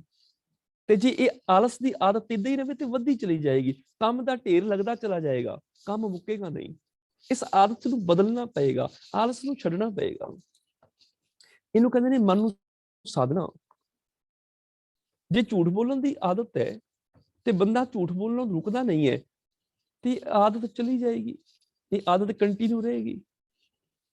ਤੇ ਜਿਸ ਝੂਠ ਬੋਲਣ ਦੀ ਆਦਤ ਨੂੰ ਨਹੀਂ ਛੱਡੇਗਾ, ਆਤਮਿਕ ਜੀਵਨ ਵਿੱਚ ਸਫਲ ਨਹੀਂ ਹੋ ਸਕੇਗਾ, ਧਰਮ ਦੀ ਦੁਨੀਆ 'ਚ ਸਫਲ ਨਹੀਂ ਹੋ ਸਕੇਗਾ। ਪਰਿਵਾਰਕ ਤੌਰ ਤੇ ਇਹ ਕਲੇਸ਼ ਪੈਦਾ ਕਰ ਲਏਗਾ ਝੂਠ ਬੋਲ ਬੋਲ ਕੇ, ਆਰਥਿਕ ਤੌਰ ਤੇ ਆਪਣਾ ਘਾਟਾ ਪਵਾ ਲਏਗਾ ਝੂਠ ਬੋਲ ਬੋਲ ਕੇ, ਸਮਾਜਿਕ ਤੌਰ ਤੇ ਇਹ ਵੈਰ ਵਿਰੋਧ ਪੈਦਾ ਕਰ ਲਏਗਾ ਝੂਠ ਬੋਲ ਬੋਲ ਕੇ, ਰਾਜਨੀਤਿਕ ਤੌਰ ਤੇ ਆਪਣੀ ਇਮੇਜ ਖਤਮ ਕਰ ਲਏਗਾ ਝੂਠ ਬੋਲ ਬੋਲ ਕੇ। ਹੁਣ ਆਦਤ ਬਦਲਣੀ ਪਏਗੀ। ਇਹ ਮਨੁ ਸਰੀਰ ਨੂੰ ਠੀਕ ਰੱਖਣਾ, ਪਰ ਆਲਸ ਹੈ, ਆਖਦੇ ਕੋਈ ਨਹੀਂ ਸੈਰ ਕੱਲ ਤੋਂ ਸ਼ੁਰੂ ਕਰ ਦਿਆਂਗੇ, ਕੱਲ ਤੋਂ ਕਸਰਤ ਕਰਨੀ ਸ਼ੁਰੂ ਕਰ ਦਿਆਂਗੇ। ਹੁਣ ਆਲਸ ਛੱਡਦਾ ਨਹੀਂ ਹੈ, ਕਹਿੰਦਾ ਰੋਜ਼ ਹੈ ਵੀ ਕੱਲ ਤੋਂ ਕਸਰਤ, ਕੱਲ ਤੋਂ ਸੈਰ ਸ਼ੁਰੂ, ਪਰ ਆਦਤ ਬਣੀ ਰਹੇਗੀ। ਇਸ ਆਦਤ ਨੂੰ ਬਦਲਣਾ ਪਏਗਾ। ਜੇ ਕ੍ਰੋਧ ਆ ਰਿਹਾ, ਗੁੱਸਾ ਆ ਰਿਹਾ ਹੈ, ਤੇ ਜੇ ਮਨ ਨੂੰ ਕਾਬੂ ਚ ਨਾ ਕੀਤਾ, ਇਹ ਗੁੱਸਾ ਵੱਧਦਾ ਰਹੇਗਾ, ਵੱਧਦਾ ਰਹੇਗਾ। ਇਹ ਆਦਤ ਬਦਲੇਗੀ ਨਹੀਂ, ਇਹਨੂੰ ਬਦਲਣਾ ਪੈਣਾ ਹੈ, ਇਹਨੂੰ ਸੁਧਾਰਨਾ ਪੈਣਾ ਹੈ। ਹੁਣ ਆਦਤਾਂ ਕਿਵੇਂ ਬਦਲੀਆਂ ਜਾਣ, ਮਨ ਕਿਵੇਂ ਕਾਬੂ ਚ ਆਵੇ, ਮਨ ਕਿਵੇਂ ਸਾਧਿਆ ਜਾਏ ਕਿ ਸਫਲਤਾ ਮਿਲ ਜਾਏ। ਮਨ ਸਾਧੇ ਸਿੱਧ ਹੋਏ, ਮਨ ਨੂੰ ਕਾਬੂ ਕੀਤਿਆਂ ਸਫਲਤਾ ਮਿਲਦੀ ਹੈ। ਕਿਵੇਂ ਕਾਬੂ ਕਰੀਏ ਕਿ ਸਫਲਤਾ ਮਿਲ ਜਾਏ, ਜ਼ਿੰਦਗੀ 'ਚ ਸ਼ਾਂਤੀ ਆ ਜਾਏ, ਪਰਿਵਾਰਕ ਰਿਲੇਸ਼ਨ ਦੇ ਵਿੱਚ ਸੁੱਖ ਸ਼ਾਂਤੀ ਖੁਸ਼ਹਾਲੀ ਪੈਦਾ ਹੋ ਜਾਏ, ਸਮਾਜਿਕ ਤੌਰ ਤੇ ਪਿਆਰ ਮਿਲਵਰਤਨ ਬਣ ਜਾਏ, ਆਰਥਿਕ ਤੌਰ ਤੇ ਖੁਸ਼ੀ ਪੈਦਾ ਹੋ ਜਾਏ, ਰਾਜਨੀਤਿਕ ਤੌਰ ਤੇ ਖੁਸ਼ੀ ਪੈਦਾ ਹੋ ਜਾਏ, ਸੰਸਾਰ ਬੇਗਮ ਪੂਰਾ ਹੋ ਜਾਏ। ਕਿਵੇਂ ਹੋ ਸਕਦਾ ਹੈ? ਕੋਈ ਤਰੀਕਾ ਹੈ? ਹਾਂ, ਇਹਦੇ ਲਈ ਮਨ ਨੂੰ ਸਾਧਨਾ ਪੈਣਾ ਹੈ। ਮਨ ਸਾਧੇ ਸਿੱਧ ਹੋਏ, ਹਰ ਇਨਸਾਨ ਦਾ ਵਾਹ ਆਪਣੇ ਮਨ ਨਾਲ ਪੈਂਦਾ ਹੈ। ਮੰਮਾ ਮਨ ਸਿਉ ਕਾਜ ਹੈ। ਮਨ ਸਾਧੇ ਸਿੱਧ ਹੋਏ, ਮਨ ਨੂੰ ਕਾਬੂ ਕਰਕੇ ਸਫਲਤਾ ਮਿਲਦੀ ਹੈ। ਇਹਨੂੰ ਕਾਬੂ ਚ ਕਰਨਾ ਪੈਣਾ, ਇਹਨੂੰ ਆਪਣੇ ਅਧੀਨ ਕਰਨਾ ਪੈਣਾ। ਮਨ ਨੂੰ ਜਿਹੜੇ ਕਹਿੰਦੇ ਨੇ ਜੇ ਅਸੀਂ ਜਪਜੀ ਸਾਹਿਬ ਬਾਣੀ ਯਾਦ ਕਰਨੀ ਚਾਹੁੰਦੇ ਆ, ਹੁੰਦੀ ਨਹੀਂ। ਉਹਨਾਂ ਨੂੰ ਪੁੱਛੋ ਵੀ ਜਪਜੀ ਸਾਹਿਬ ਦਾ ਪਾਠ ਰੋਜ਼ ਕਰਦੇ ਹੋ? ਆਖਦੇ ਨਹੀਂ। ਹੁਣ ਜਪਜੀ ਸਾਹਿਬ ਦਾ ਪਾਠ ਕਰਨ ਦੀ ਆਦਤ ਹੀ ਹੈ ਨਹੀਂ, ਯਾਦ ਕਿੱਦਾਂ ਹੋ ਜਾਵੇ? ਆਦਤ ਪਾਣੀ ਪਏਗੀ ਨਾ ਜਪਜੀ ਸਾਹਿਬ ਦਾ ਪਾਠ ਕਰਨ ਦੀ। ਰੋਜ਼ ਇੱਕ ਪੌੜੀ ਸਵੇਰ ਤੋਂ ਸ਼ਾਮ ਤੱਕ ਬੰਦਾ ਪੜ੍ਹਨੀ ਸ਼ੁਰੂ ਕਰ ਦੇ, ਇੱਕ ਦਿਨ ਦੇ ਵਿੱਚ ਇੱਕ ਪੌੜੀ ਦਾ ਪਾਠ ਯਾਦ ਕਰੇ, ਤੇ 40 ਦਿਨ ਦੇ ਵਿੱਚ ਜਪਜੀ ਸਾਹਿਬ ਯਾਦ ਹੋ ਜਾਂਦਾ ਹੈ। ਆਦਤ ਤੇ ਪਾਣੀ ਪਏਗੀ ਨਾ ਪੜ੍ਹਨ ਦੀ। ਤੇ ਜੇ ਪੜ੍ਹਨ ਦੀ ਆਦਤ ਨਾ ਪਵੇ ਤੇ ਕਦੀ ਯਾਦ ਨਹੀਂ ਹੋਏਗਾ। ਉਹਦੇ ਲਈ ਮਨ ਨੂੰ ਸਾਧਣਾ ਪੈਣਾ, ਕਾਬੂ ਚ ਕਰਨਾ ਪੈਣਾ, ਮਨ ਨੂੰ ਕੰਮ ਲਗਾਉਣਾ ਪੈਣਾ ਕਿ ਮਨ ਤੇਰੀ ਜਿੰਮਿਆ ਕੰਮ ਹੈ। ਤੇ ਜਦੋਂ ਮਨ ਕਾਬੂ ਚ ਆ ਜਾਏਗਾ, ਮਨ ਜੀਵ ਦਾ ਹੁਕਮ ਮੰਨਣ ਲੱਗ ਜਾਏਗਾ, ਉਹਨੂੰ ਸਫਲਤਾ ਮਿਲ ਜਾਏਗੀ। ਮਨ ਸਾਧੇ ਸਿੱਧ ਹੋਏ, ਮਨ ਹੀ ਮਨ ਸਿਉ ਕਹੈ ਕਬੀਰਾ, ਮਨ ਸਾ ਮਿਲਿਆ ਨਾ ਕੋਈ। ਮਨ ਹੀ ਭਾਵ ਨਿਰੋਲ ਮਨ, ਨਿਰੋਲ ਮਨ ਦੇ ਨਾਲ। ਮਨ ਸਿਉ ਕਹੈ ਕਬੀਰਾ, ਜੀਵ ਦਾ ਅਸਲ ਕੰਮ ਨਿਰੋਲ ਮਨ ਦੇ ਨਾਲ ਹੈ। ਮਨ ਸਾ ਮਿਲਿਆ ਨਾ ਕੋਈ। ਇਹ ਕਬੀਰ, ਇਸ ਮਨ ਵਰਗਾ ਹੋਰ ਮਿਲਿਆ ਹੀ ਕੋਈ ਨਹੀਂ। ਇਸ ਮਨ ਵਰਗਾ ਹੋਰ ਕੋਈ ਨਹੀਂ ਮਿਲਿਆ ਜਿਹਦੇ ਨਾਲ ਸਾਡਾ ਵਾਹ ਪੈਂਦਾ ਹੈ। ਸਾਡਾ ਵਾਹ ਸਭ ਤੋਂ ਜ਼ਿਆਦਾ ਆਪਣੇ ਮਨ ਦੇ ਨਾਲ ਪੈਂਦਾ ਹੈ। ਹਰ ਬੰਦੇ ਦਾ ਵਾਹ ਆਪਣੇ ਮਨ ਦੇ ਨਾਲ ਪੈਂਦਾ ਹੈ, ਔਰ ਇਸ ਮਨ ਵਰਗਾ ਕੋਈ ਨਹੀਂ। ਇਸ ਮਨ ਵਰਗਾ ਕੋਈ ਨਹੀਂ ਜੋ ਸਾਨੂੰ ਫੇਲ ਕਰ ਸਕੇ। ਇਹ ਮਨ ਵਰਗਾ ਕੋਈ ਨਹੀਂ ਜੋ ਸਾਨੂੰ ਸਫਲ ਕਰ ਸਕੇ। ਇਸ ਮਨ ਵਰਗਾ ਕੋਈ ਨਹੀਂ ਜਿਹੜਾ ਸਾਨੂੰ ਪਾਪੀ, ਚੋਰ, ਡਾਕੂ, ਲੁਟੇਰਾ ਬਣਾ ਸਕੇ। ਇਸ ਮਨ ਵਰਗਾ ਕੋਈ ਨਹੀਂ ਜਿਹੜਾ ਸਾਨੂੰ ਸਾਧ, ਸੰਤ, ਧਰਮੀ, ਗੁਰਮੁਖ, ਪਿਆਰਾ ਬਣਾ ਸਕੇ। ਇਸ ਮਨ ਵਰਗਾ ਕੋਈ ਨਹੀਂ, ਇਹ ਸਭ ਕੁਝ ਕਰ ਸਕਦਾ ਹੈ। ਇਸੇ ਕਰਕੇ ਇਸ ਮਨ ਨੂੰ ਆਪਣਾ ਨੌਕਰ ਬਣਾ ਕੇ ਰੱਖੋ। ਨੌਕਰ ਬੜਾ ਵਧੀਆ ਹੈ। ਜਿਸ ਦਿਨ ਮਨ ਮਾਲਕ ਬਣ ਜਾਂਦਾ ਹੈ ਨਾ, ਉਸ ਦਿਨ ਗੜਬੜ ਸ਼ੁਰੂ ਹੋ ਜਾਂਦੀ ਹੈ। ਅਸੀਂ ਮਨ ਦੇ ਨੌਕਰ ਹੋ ਜਾਂਦੇ ਹਾਂ, ਉਦੋਂ ਮਨ ਸਾਡੇ ਤੇ ਹੁਕਮ ਚਲਾਉਂਦਾ ਹੈ। ਮਨ ਮਰਜ਼ੀ ਨਾਲ ਪਰ ਤਨ ਪਰ ਰੂਪ ਦੇਖਦਾ ਹੈ, ਮਨ ਮਰਜ਼ੀ ਨਾਲ ਦੁਨੀਆ ਦੇ ਚਸਕਿਆਂ 'ਚ ਫਸ ਜਾਂਦਾ ਹੈ, ਮਨ ਮਰਜ਼ੀ ਨਾਲ ਨਿੰਦਿਆ, ਚੁਗਲੀ, ਝੂਠ ਸੁਣਦਾ, ਅਸੀਂ ਸੁਣੀ ਚਲੇ ਜਾਂਦੇ ਹਾਂ, ਕਿਉਂਕਿ ਅਸੀਂ ਮਨ ਦੇ ਨੌਕਰ ਹੈ। ਤੇ ਜਿਸ ਦਿਨ ਅਸੀਂ ਮਨ ਦੇ ਮਾਲਕ ਹੋ ਜਾਵਾਂਗੇ, ਮਨ ਸਾਡਾ ਨੌਕਰ ਬਣ ਜਾਏਗਾ। ਮਨ ਵਰਗਾ ਨੌਕਰ ਮਹਾਨ ਹੈ ਹੀ ਕੋਈ ਨਹੀਂ, ਫਿਰ ਬੜਾ ਵਧੀਆ ਨੌਕਰ ਹੈ। ਮਨ ਦਾ ਮਾਲਕ ਹੋ ਜਾਣਾ ਬੜਾ ਖਤਰਨਾਕ ਹੈ, ਮਨ ਦਾ ਨੌਕਰ ਹੋ ਜਾਣਾ ਬਹੁਤ ਵਧੀਆ ਹੈ, ਕਿਉਂਕਿ ਇਹਦੀ ਸ਼ਕਤੀ ਬੜੀ ਹੈ, ਤਾਕਤ ਬੜੀ ਹੈ, ਸਭ ਕੁਝ ਕਰ ਸਕਦਾ ਹੈ। ਅਸੀਂ ਮਾਲਕ ਹੋਣੇ, ਜੇ ਸਾਡਾ ਸਾਹਿਬ ਮਾਲਕ ਹੈ ਨਾ, ਸਾਚਾ ਸਾਹਿਬ, ਸਾਚ ਨਾਈ ਭਾਖਿਆ ਭਾਉ ਪਾਰ, ਸਾਹਿਬ ਸਾਡਾ ਸੱਚਾ ਹੈ। ਜੇ ਸਾਹਿਬ ਸਾਡਾ ਸੱਚਾ ਹੈ, ਸਾਹਿਬ ਹੈ, ਮਾਲਕ ਹੈ ਸੱਚਾ ਪ੍ਰਭੂ, ਤੇ ਅਸੀਂ ਵੀ ਉਸ ਪ੍ਰਭੂ ਵਰਗੇ ਗੁਣ ਪੈਦਾ ਕਰਨੇ ਨੇ। ਅਸੀਂ ਵੀ ਮਾਲਕ ਬਣਨਾ ਹੈ, ਅਸੀਂ ਆਪਣੇ ਮਨ ਦਾ ਮਾਲਕ ਬਣਨਾ ਹੈ। ਰੱਬ ਕੋਲੋਂ ਇਹ ਗੁਣ ਲੈਣੇ। ਜਿਵੇਂ ਰੱਬ ਦੇ ਹੁਕਮ 'ਚ ਕੁੱਲ ਸੰਸਾਰ ਸ੍ਰਿਸ਼ਟੀ ਚੱਲ ਰਹੀ ਹੈ, ਉਸੇ ਤਰ੍ਹਾਂ ਇਹ ਮਨ ਸਾਡੇ ਅਧੀਨ ਹੋਣਾ ਚਾਹੀਦਾ ਹੈ। ਮਨ ਵੀ ਸਾਡੇ ਹੁਕਮ 'ਚ ਹੋਣਾ ਚਾਹੀਦਾ ਹੈ। ਮਨ ਸਾਡੇ ਹੁਕਮ 'ਚ ਚੱਲਣਾ ਚਾਹੀਦਾ ਹੈ।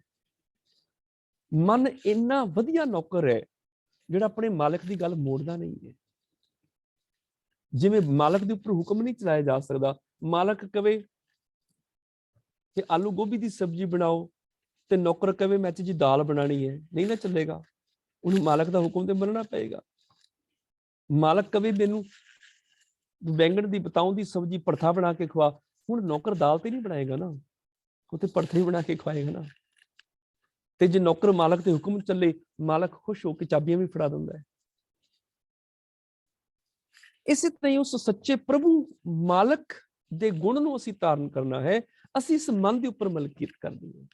ਮਨ ਸਾਡਾ ਨੌਕਰ ਹੋ ਜਾਏ, ਔਰ ਇੰਨਾ ਵਧੀਆ ਨੌਕਰ ਹੈ, ਉਹਨੂੰ ਜੋ ਕਹੋਗੇ ਭੱਜ ਕੇ ਕਰੇਗਾ, ਉਸੇ ਪਲ ਕਰੇਗਾ। ਜੋ ਕੁਝ ਕਹੋਗੇ ਫਟਾਫਟ ਕਰੇਗਾ। ਮਨ ਇੰਨਾ ਵਧੀਆ ਨੌਕਰ ਹੈ, ਮਨ ਨੂੰ ਕਹੋ ਇਸ ਭਾਈ ਵਿੱਚੋਂ ਨੁਕਸ ਲੱਭ, ਮਨ ਫਟਾਫਟ ਨੁਕਸ ਗਿਣਾਉਣੇ ਸ਼ੁਰੂ ਕਰ ਦੇਗਾ। ਇਹਨੂੰ ਤੇ ਕੱਪੜੇ ਨਹੀਂ ਪਾਣੇ ਆਉਂਦੇ, ਇਹਦੀ ਤੇ ਬੋਲ ਬਾਣੀ ਠੀਕ ਨਹੀਂ, ਇਹਨੇ ਪੱਗ ਕਿੱਡੀ ਟੇਢੀ ਬੰਨੀ ਹੋਈ ਹੈ, ਇਹ ਤੇ ਹਰ ਇੱਕ ਨਾਲ ਲੜਾਈਆਂ ਕਰੀ ਚਲਾ ਜਾਂਦਾ ਹੈ, ਇਹਦਾ ਤੇ ਚਾਲ ਚੱਲਣ ਠੀਕ ਨਹੀਂ ਹੈ, ਇਹਦਾ ਤੇ ਸੁਭਾਅ ਠੀਕ ਨਹੀਂ ਹੈ। ਹਜ਼ਾਰ ਦੋਸ਼ ਕੱਢ ਕੇ ਤੁਹਾਡੇ ਸਾਹਮਣੇ ਰੱਖ ਦੇਗਾ। ਮਨ ਨੂੰ ਕਹੋ ਵੀ ਇਹਦੇ ਵਿੱਚੋਂ ਗੁਣ ਦੱਸ ਕਿਹੜੇ ਕਿਹੜੇ ਨੇ, ਮਨ ਗੁਣਾਂ ਦੇ ਢੇਰ ਲਗਾ ਦੇਗਾ ਵੀ ਬੜੀ ਮਿੱਠੀ ਬੋਲੀ ਹੈ, ਸਾਦੇ ਜਿਹੇ ਦੇ ਕੱਪੜੇ ਨੇ, ਔਰ ਬੜਾ ਸੋਹਣਾ ਬੰਦਾ ਹੈ, ਹਰ ਇੱਕ ਨਾਲ ਮਿੱਠਾ ਬੋਲਦਾ ਹੈ, ਘਰ ਪਰਿਵਾਰ 'ਚ ਇਹਦੀ ਬੜੀ ਬਣਦੀ ਹੈ, ਸਮਾਜ ਵਿੱਚ ਇਹਦਾ ਇੱਜ਼ਤ ਮਾਣ ਸਤਿਕਾਰ ਹੈ। ਮਨ ਨੂੰ ਕਹੋ ਚੱਲ ਦੁੱਖ ਦੱਸ ਵੀ ਮੈਨੂੰ ਦੁੱਖ ਕੀ ਨੇ, ਉਹ ਦੁੱਖਾਂ ਦੇ ਢੇਰ ਤੁਹਾਡੇ ਅੱਗੇ ਲਾ ਦੇਗਾ। ਉਹ ਕਹੇਗਾ ਐਡੇ ਦੁੱਖ ਜ਼ਿੰਦਗੀ 'ਚ, ਕੋਈ ਤੇਰੇ ਨਾਲ ਚੱਜ ਨਾਲ ਗੱਲ ਨਹੀਂ ਕਰਦਾ, ਪੈਸੇ ਤੇਰੇ ਕੋਲ ਨਹੀਂ ਹਨ, ਜਿਸ ਕੰਮ ਨੂੰ ਹੱਥ ਪਾਣਾ ਮਿੱਟੀ ਹੋ ਜਾਂਦਾ ਵੇ, ਤੇਰੀ ਸਮਾਜ ਵਿੱਚ ਇੱਜ਼ਤ ਕੀ ਹੈ, ਜਿੰਨੀ ਮਿਹਨਤ ਤੂੰ ਕਰਦਾ ਬਦਲੇ 'ਚ ਤੈਨੂੰ ਫਲ ਨਹੀਂ ਮਿਲਦਾ, ਜਿਸ ਪਰਿਵਾਰ ਦੀ ਖਾਤਰ ਇੰਨਾ ਕੁਝ ਕਰ ਰਿਹਾ ਉਹ ਪਰਿਵਾਰ ਦੇ ਲੋਕ ਤੈਨੂੰ ਇੱਜ਼ਤ ਨਹੀਂ ਦਿੰਦੇ, ਜਿਹਦੇ ਕੋਲ ਜਾਂਦਾ ਉਹ ਤੇਰੇ ਨਾਲ ਚੰਗਾ ਵਰਤਾਅ ਨਹੀਂ ਕਰਦਾ। ਹਜ਼ਾਰ ਦੁੱਖਾਂ ਦੇ ਢੇਰ ਲਾ ਦੇਗਾ। ਦੇਖ ਤੈਨੂੰ ਸਰੀਰਕ ਰੋਗ ਵੀ ਹੈ, ਤੂੰ ਮਾਨਸਿਕ ਤੌਰ ਤੇ ਪਰੇਸ਼ਾਨ ਰਹਿੰਦਾ ਹੈ, ਰਾਤ ਤੈਨੂੰ ਨੀਂਦ ਨਹੀਂ ਆਉਂਦੀ, ਤੈਨੂੰ ਉਹ ਹੈ। ਮਨ ਨੂੰ ਕਹੋ ਚੰਗਿਆਈ ਦੱਸ, ਉਹ ਚੰਗਿਆਈਆਂ ਦੇ ਢੇਰ ਲਾ ਦੇਗਾ ਤੁਹਾਡੇ ਸਾਹਮਣੇ। ਮਨ ਇੰਨਾ ਵਧੀਆ ਨੌਕਰ ਹੈ, ਮਨ ਨੂੰ ਕਹੋ ਵੀ ਮੈਂ ਸਫਲ ਹੋਣਾ ਚਾਹਨਾ, ਕੋਈ ਤਰਕੀਬ ਦੱਸ, ਤੇ ਮਨ ਕਿੰਨੀਆਂ ਉਦਾਹਰਨਾਂ ਤੁਹਾਡੇ ਸਾਹਮਣੇ ਰੱਖ ਦੇਗਾ। ਦੇਖ ਫਲਾਣਾ ਆਦਮੀ ਚਪੜਾਸੀ ਸੀ ਸਕੂਲ ਦੇ ਵਿੱਚ, ਤੇ ਸਕੂਲ ਵਿੱਚੋਂ ਸਿੱਖ ਸਿੱਖ ਕੇ, ਸਕੂਲ ਵਿੱਚ ਹੀ ਪੜ੍ਹ ਕੇ ਉੱਥੇ ਹੀ ਉਹ ਟੀਚਰ ਲੱਗ ਗਿਆ, ਉੱਥੇ ਹੀ ਹੌਲੀ ਹੌਲੀ ਉਹਨੇ ਹੋਰ ਮਿਹਨਤ ਕੀਤੀ, ਉਹਨੇ ਐਗਜ਼ਾਮ ਦਿੱਤੇ, ਘਰੇ ਬੈਠ ਕੇ ਕੋਰਸਪੋਂਡੈਂਸ ਪੜ੍ਹਾਈ ਕੀਤੀ, ਹੁਣ ਪ੍ਰੋਫੈਸਰ ਲੱਗ ਗਿਆ। ਦੇਖ ਫਲਾਣਾ ਆਦਮੀ ਚਪੜਾਸੀ ਸੀ ਬੈਂਕ ਦੇ ਵਿੱਚ, ਉਹਨੇ ਪੜ੍ਹਾਈ ਕੀਤੀ, ਪੜ੍ਹਾਈ ਕਰਕੇ ਚਪੜਾਸੀ ਤੋਂ ਪੋਸਟ ਉੱਚੀ ਹੁੰਦੀ ਚਲੀ ਗਈ, ਉਹ ਬੈਂਕ ਵਿੱਚ ਅੱਜ ਮੈਨੇਜਰ ਲੱਗਿਆ ਹੋਇਆ ਹੈ। ਉਹ ਦੇਖ ਫਲਾਣਾ ਆਦਮੀ ਜਿਹੜਾ ਸਬਜ਼ੀ ਦੀ ਰੇਹੜੀ ਲਾਉਂਦਾ ਹੁੰਦਾ ਸੀ, ਉਹਨੇ ਆਪਣੀ ਸਬਜ਼ੀ ਦੀ ਰੇਹੜੀ ਦੇ ਵਿੱਚ ਵਪਾਰ 'ਚ ਵਾਧਾ ਕੀਤਾ, ਬਿਜ਼ਨਸ ਇੰਨਾ ਵੱਡਾ ਖੜਾ ਕਰ ਲਿਆ, ਅੱਜ ਕਿੰਨੀਆਂ ਦੁਕਾਨਾਂ ਦਾ ਉਹ ਮਾਲਿਕ ਹੈ। ਮਨ ਬੜਾ ਵਧੀਆ ਨੌਕਰ ਹੈ, ਜੋ ਕਹਿੰਦੇ ਹੋ ਉਹ ਫਟਾਫਟ ਕਰਦਾ ਹੈ ਉਸੇ ਪਲ। ਇਸ ਕਰਕੇ ਮਨ ਸਾ ਮਿਲਿਆ ਨਾ ਕੋਈ, ਮਨ ਵਰਗਾ ਕੋਈ ਨਹੀਂ ਜਿਹੜਾ ਸਾਨੂੰ ਫੇਲ ਕਰ ਸਕੇ, ਮਨ ਵਰਗਾ ਕੋਈ ਨਹੀਂ ਜਿਹੜਾ ਸਾਨੂੰ ਸਫਲ ਕਰ ਸਕੇ, ਮਨ ਵਰਗਾ ਕੋਈ ਨਹੀਂ ਜਿਹੜਾ ਸਾਨੂੰ ਜ਼ਮੀਨ ਤੇ ਵਿਕਾਰਾਂ 'ਚ ਡੇਗ ਸਕੇ, ਤੇ ਮਨ ਵਰਗਾ ਕੋਈ ਨਹੀਂ ਜਿਹੜਾ ਸਾਨੂੰ ਮਹਾਨ ਬਣਾ ਸਕੇ। ਸ਼ਰਤ ਇਹ ਹੈ ਵੀ ਮਨ ਨੂੰ ਨੌਕਰ ਬਣਾ ਕੇ ਰੱਖਣਾ ਪਏਗਾ। ਇਹਦੇ ਕੋਲ ਪਾਵਰ ਹੈ, ਸ਼ਕਤੀ ਹੈ, ਉਸ ਸ਼ਕਤੀ ਨੂੰ ਡਾਇਰੈਕਸ਼ਨ ਤੁਸੀਂ ਦੇਣੀ ਹੈ। ਇਹ ਤੁਹਾਡੇ ਤੇ ਡਿਪੈਂਡ ਕਰਦਾ ਤੁਸੀਂ ਇਹਨੂੰ ਕਿੱਧਰ ਪਾਸੇ ਲੈ ਕੇ ਜਾਣਾ, ਤੁਹਾਡੇ ਹਰ ਕੰਮ ਕਰੇਗਾ। ਜਿਸ ਦਿਨ ਮਨ ਸ਼ਕਤੀ ਤੁਹਾਡੇ ਸਿਰ ਤੇ ਹਾਵੀ ਹੋ ਗਈ, ਉਸ ਦਿਨ ਇਹ ਤੁਹਾਨੂੰ ਚਲਾਏਗਾ। ਜਿਸ ਦਿਨ ਤੁਸੀਂ ਇਹਨੂੰ ਆਪਣੇ ਕਾਬੂ 'ਚ ਕਰ ਲਓਗੇ, ਤੁਸੀਂ ਇਹਨੂੰ ਚਲਾਓਗੇ, ਤੇ ਜੋ ਇਹਨੂੰ ਕਹੋਗੇ ਉਹ ਕਰੇਗਾ। ਮਨ ਹੀ ਮਨ ਸਿਓ ਕਹੈ ਕਬੀਰਾ, ਮਨ ਸਾ ਮਿਲਿਆ ਨਾ ਕੋਈ। ਇਸ ਮਨ ਵਰਗਾ ਹੋਰ ਕੋਈ ਨਹੀਂ, ਔਰ ਮਨ ਨੂੰ ਹੀ ਬਦਲਣਾ ਪੈਣਾ ਹੈ। ਮਨ ਵਰਗਾ ਕੋਈ ਨਹੀਂ। ਜਿੰਨਾ ਚਿਰ ਮਨ ਕਾਬੂ 'ਚ ਨਹੀਂ ਹੋਏਗਾ, ਉਹਨਾਂ ਚਿਰ ਕੋਈ ਗੱਲ ਨਹੀਂ ਬਣੇਗੀ। ਮੰਨ ਲਓ ਮੇਰੇ ਵਿੱਚ ਕੋਈ ਬੁਰੀ ਆਦਤ ਹੈ, ਤੁਸੀਂ ਮੈਨੂੰ ਸਲਾਹ ਦਿੱਤੀ ਵੀ ਭਾਈ ਸਾਹਿਬ ਤੁਹਾਡੀ ਆਹ ਆਦਤ ਠੀਕ ਨਹੀਂ, ਇਹਨੂੰ ਤੁਸੀਂ ਬਦਲ ਲਓ, ਇਹਦੇ ਨਾਲ ਤੁਹਾਡੀ ਇਮੇਜ ਖਰਾਬ ਹੁੰਦੀ ਹੈ, ਇਹਦੇ ਨਾਲ ਤੁਹਾਡਾ ਦੁਨੀਆ 'ਚ ਪਿਆਰ ਘਟਦਾ ਹੈ, ਤੇ ਮੈਂ ਚਾਹੁੰਦਾ ਤੁਸੀਂ ਆਦਤ ਬਦਲ ਲਓ, ਤੁਸੀਂ ਮਹਾਨ ਹੋ ਜਾਓਗੇ। ਹੁਣ ਤੁਸੀਂ ਇੰਨੀ ਸਲਾਹ ਦੇ ਦਿੱਤੀ ਮੈਨੂੰ ਕਿ ਵੀਰ ਜੀ ਆਦਤ ਨਹੀਂ ਠੀਕ ਨਹੀਂ, ਬਦਲ ਲਓ, ਇਸ ਆਦਤ ਨੂੰ ਚੇਂਜ ਕਰ ਲਓ, ਤੁਸੀਂ ਮਹਾਨ ਹੋ ਸਕਦੇ ਹੋ। ਹੁਣ ਤੁਸੀਂ ਮੈਨੂੰ ਸਲਾਹ ਤੇ ਦੇ ਸਕਦੇ ਹੋ, ਪਰ ਵਾਹ ਮੇਰਾ ਮਨ ਨਾਲ ਪੈਣੇ, ਆਦਤਾਂ ਮੇਰੇ ਮਨ ਨੇ ਬਦਲਣੀਆਂ ਨੇ। ਤੁਹਾਡੀ ਚੰਗੀ ਸਲਾਹ ਤੇ ਮੈਨੂੰ ਮਿਲ ਗਈ, ਪਰ ਜਿੰਨਾ ਚਿਰ ਮੈਂ ਆਪਣੇ ਮਨ ਨੂੰ ਕਾਬੂ 'ਚ ਕਰਕੇ ਉਸ ਸਲਾਹ ਨੂੰ ਮੰਨਦਾ ਨਹੀਂ ਆ, ਉਹਨਾਂ ਚਿਰ ਮੈਂ ਬਦਲ ਨਹੀਂ ਸਕਦਾ। ਵਾਹ ਮੇਰਾ ਮਨ ਨਾਲ ਪੈਣਾ। ਮੰਨੋ ਮੈਂ ਤੁਹਾਨੂੰ ਕੋਈ ਚੰਗੀ ਸਲਾਹ ਦਿੱਤੀ ਵੀ ਭਾਈ ਸਾਹਿਬ ਜੀ ਤੁਸੀਂ ਇੱਥੇ ਥੋੜੇ ਜਿਹੇ ਗਲਤ ਹੋ, ਇਹਨੂੰ ਚੇਂਜ ਕਰ ਲਓ, ਸੁਧਾਰ ਕਰ ਲਓ, ਆਹ ਵਾਲਾ ਗੁਣ ਆਪਣੇ ਅੰਦਰ ਡਿਵੈਲਪ ਕਰ ਲਓ, ਤੁਸੀਂ ਮਹਾਨ ਵਿਅਕਤੀ ਹੋ ਸਕਦੇ ਹੋ। ਹੁਣ ਮੈਂ ਤੁਹਾਨੂੰ ਸਿਰਫ ਸਲਾਹ ਦੇ ਸਕਦਾ, ਤੁਹਾਡੀ ਆਦਤ ਨਹੀਂ ਬਦਲ ਸਕਦਾ। ਜੇ ਤੁਸੀਂ ਆਪਣੀ ਆਦਤ ਬਦਲਣੀ ਹੈ, ਸੁਧਾਰ ਕਰਨਾ ਹੈ, ਤੁਹਾਨੂੰ ਤੁਹਾਡਾ ਆਪਣੇ ਮਨ ਨਾਲ ਵਾਹ ਪਾਉਣਾ ਪਏਗਾ, ਤੁਹਾਡਾ ਆਪਣੇ ਮਨ ਨਾਲ ਵਾਹ ਪਏਗਾ। ਔਰ ਹਰ ਬੰਦੇ ਦਾ ਆਪਣੇ ਮਨ ਨਾਲ ਵਾਹ ਪੈਂਦਾ ਹੈ, ਤੇ ਮਨ ਹੀ ਉਸ ਬੰਦੇ ਨੂੰ ਚੰਗਾ ਵੀ ਬਣਾ ਸਕਦਾ ਹੈ, ਮਨ ਹੀ ਉਸ ਬੰਦੇ ਨੂੰ ਮਾੜਾ ਵੀ ਬਣਾ ਸਕਦਾ ਹੈ। ਮਨ ਹੀ ਸਾਨੂੰ ਸਫਲ ਕਰ ਸਕਦਾ ਹੈ, ਮਨ ਹੀ ਅਸਫਲ ਕਰ ਸਕਦਾ ਹੈ। ਇਸ ਤਰ੍ਹਾਂ ਕਹਿ ਲਓ, ਜਿਹੋ ਜਿਹੇ ਵਿਚਾਰ ਅਸੀਂ ਆਪਣੇ ਅੰਦਰ ਪੈਦਾ ਕਰ ਲੈਂਦੇ ਹਾਂ, ਅਸੀਂ ਵੈਸੇ ਹੀ ਹੋ ਜਾਂਦੇ ਹਾਂ, ਉਦਾਂ ਦੇ ਅਸੀਂ ਹੋ ਜਾਂਦੇ ਹਾਂ। ਚੰਗੇ ਵਿਚਾਰ ਪੈਦਾ ਕਰ ਲਓ, ਤੁਸੀਂ ਚੰਗੇ ਹੋ ਜਾਓਗੇ। ਮਾੜੇ ਵਿਚਾਰ ਪੈਦਾ ਕਰ ਲਓ, ਮਾੜੇ ਹੋ ਜਾਓਗੇ। ਸੱਚ ਬੋਲਣਾ ਸ਼ੁਰੂ ਕਰ ਦਿਓ, ਲੋਕ ਤੁਹਾਨੂੰ ਸੱਚਾ ਕਹਿਣਾ ਸ਼ੁਰੂ ਕਰ ਦੇਣਗੇ, ਤੁਸੀਂ ਸੱਚੇ ਇਨਸਾਨ ਹੋ ਜਾਓਗੇ। ਤਾਂ ਝੂਠ ਬੋਲਣਾ ਸ਼ੁਰੂ ਕਰ ਦਿਓ, ਝੂਠੇ ਇਨਸਾਨ ਹੋ ਜਾਓਗੇ। ਆਲਸ ਕਰਨੇ ਸ਼ੁਰੂ ਕਰ ਦਿਓਗੇ, ਲੋਕ ਕਹਿਣਗੇ ਤੇ ਬੜਾ ਵੱਡਾ ਆਲਸੀ ਹੈ, ਤੁਸੀਂ ਆਲਸੀ ਕਹਾਓਗੇ, ਆਲਸੀ ਹੋ ਜਾਓਗੇ। ਉਦਮ ਕਰਨਾ ਸ਼ੁਰੂ ਕਰ ਦਿਓ, ਮਿਹਨਤ ਕਰਨੀ ਸ਼ੁਰੂ ਕਰ ਦਿਓ, ਲੋਕ ਕਹਿਣਗੇ ਬੜਾ ਉਦਮੀ ਹੈ ਇਹ, ਤੁਸੀਂ ਉਦਮੀ ਹੋ ਜਾਓਗੇ। ਸਾਰਾ ਕੁਝ ਮਨ ਦੇ ਨਾਲ ਹੀ ਹੈ ਨਾ। ਪਰ ਬਦਕਿਸਮਤੀ ਇਹ ਕਿ ਮਨੁੱਖ ਨੇ ਇਸ ਗੱਲ ਨੂੰ ਸਮਝਿਆ ਨਹੀਂ, ਉਹ ਮਨ ਦਾ ਹੀ ਨੌਕਰ ਬਣ ਕੇ ਰਿਹਾ, ਜਿਵੇਂ ਜਿਵੇਂ ਮਨ ਨੇ ਚਲਾਇਆ ਉਵੇਂ ਉਵੇਂ ਚੱਲਦਾ ਰਿਹਾ। ਚਾਹੀਦਾ ਸੀ ਮਨ ਨੌਕਰ ਬਣ ਜਾਂਦਾ, ਮਨ ਨੂੰ ਹੁਕਮ ਕਰਦਾ, ਮਨ ਇਹਦੇ ਲਈ ਨੌਕਰ ਬਣ ਕੇ ਕੰਮ ਕਰਦਾ। ਔਰ ਜਿਨ੍ਹਾਂ ਨੇ ਇਸ ਗੱਲ ਨੂੰ ਸਮਝਿਆ, ਉਹਨਾਂ ਨੇ ਮਨ ਨੂੰ ਕੰਟਰੋਲ ਵਿੱਚ ਕੀਤਾ, ਤੇ ਜਿਨ੍ਹਾਂ ਨੇ ਮਨ ਨੂੰ ਕੰਟਰੋਲ 'ਚ ਕੀਤਾ, ਉਹਨਾਂ ਨੇ ਵੱਡੀਆਂ ਵੱਡੀਆਂ ਪ੍ਰਾਪਤੀਆਂ ਕੀਤੀਆਂ, ਉਹ ਸਫਲ ਹੋਏ ਇਸ ਦੁਨੀਆ ਦੇ ਵਿੱਚ ਆ ਕੇ। ਜਿਨ੍ਹਾਂ ਨੇ ਇਸ ਮਨ ਨੂੰ ਕਾਬੂ 'ਚ ਕਰ ਲਿਆ, ਉਹ ਸੁਖੀ ਹੋਏ, ਉਹ ਸ਼ਾਂਤ ਹੋਏ, ਉਹਨਾਂ ਦੀ ਜ਼ਿੰਦਗੀ 'ਚ ਖੁਸ਼ੀ ਪੈਦਾ ਹੋਈ, ਆਨੰਦ ਪੈਦਾ ਹੋਇਆ, ਉਹ ਪ੍ਰਸੰਨਤਾ ਪੂਰਵਕ ਜ਼ਿੰਦਗੀ ਜੀ ਕੇ ਗਏ। ਇਸੇ ਕਰਕੇ ਭਗਤ ਜੀ ਇਹ ਗੱਲ ਕਹਿ ਰਹੇ ਨੇ, ਨਿਰੋਲ ਮਨ ਦੇ ਨਾਲ ਹੀ ਬੰਦੇ ਦਾ ਵਾਹ ਪੈਂਦਾ ਹੈ, ਤੇ ਮਨ ਨਾਲ ਹੀ ਇਹਦਾ ਮੇਨ ਕੰਮ ਹੈ। ਮਨ ਦੇ ਨਾਲ ਹੀ ਇਹਦਾ ਮੇਨ ਕੰਮ ਹੈ। ਮਨ ਹੀ ਮਨ ਸਿਓ ਕਹੈ ਕਬੀਰਾ, ਮਨ ਸਾ ਮਿਲਿਆ ਨਾ ਕੋਏ। ਨਿਰੋਲ ਮਨ ਹੀ ਮਨ ਦੇ ਨਾਲ ਵਾਹ ਪੈਣਾ, ਤੇ ਮਨ ਵਰਗਾ ਹੋਰ ਕੋਈ ਨਹੀਂ ਜਿਹੜਾ ਜ਼ਿੰਦਗੀ ਬਦਲ ਸਕਦਾ ਹੈ।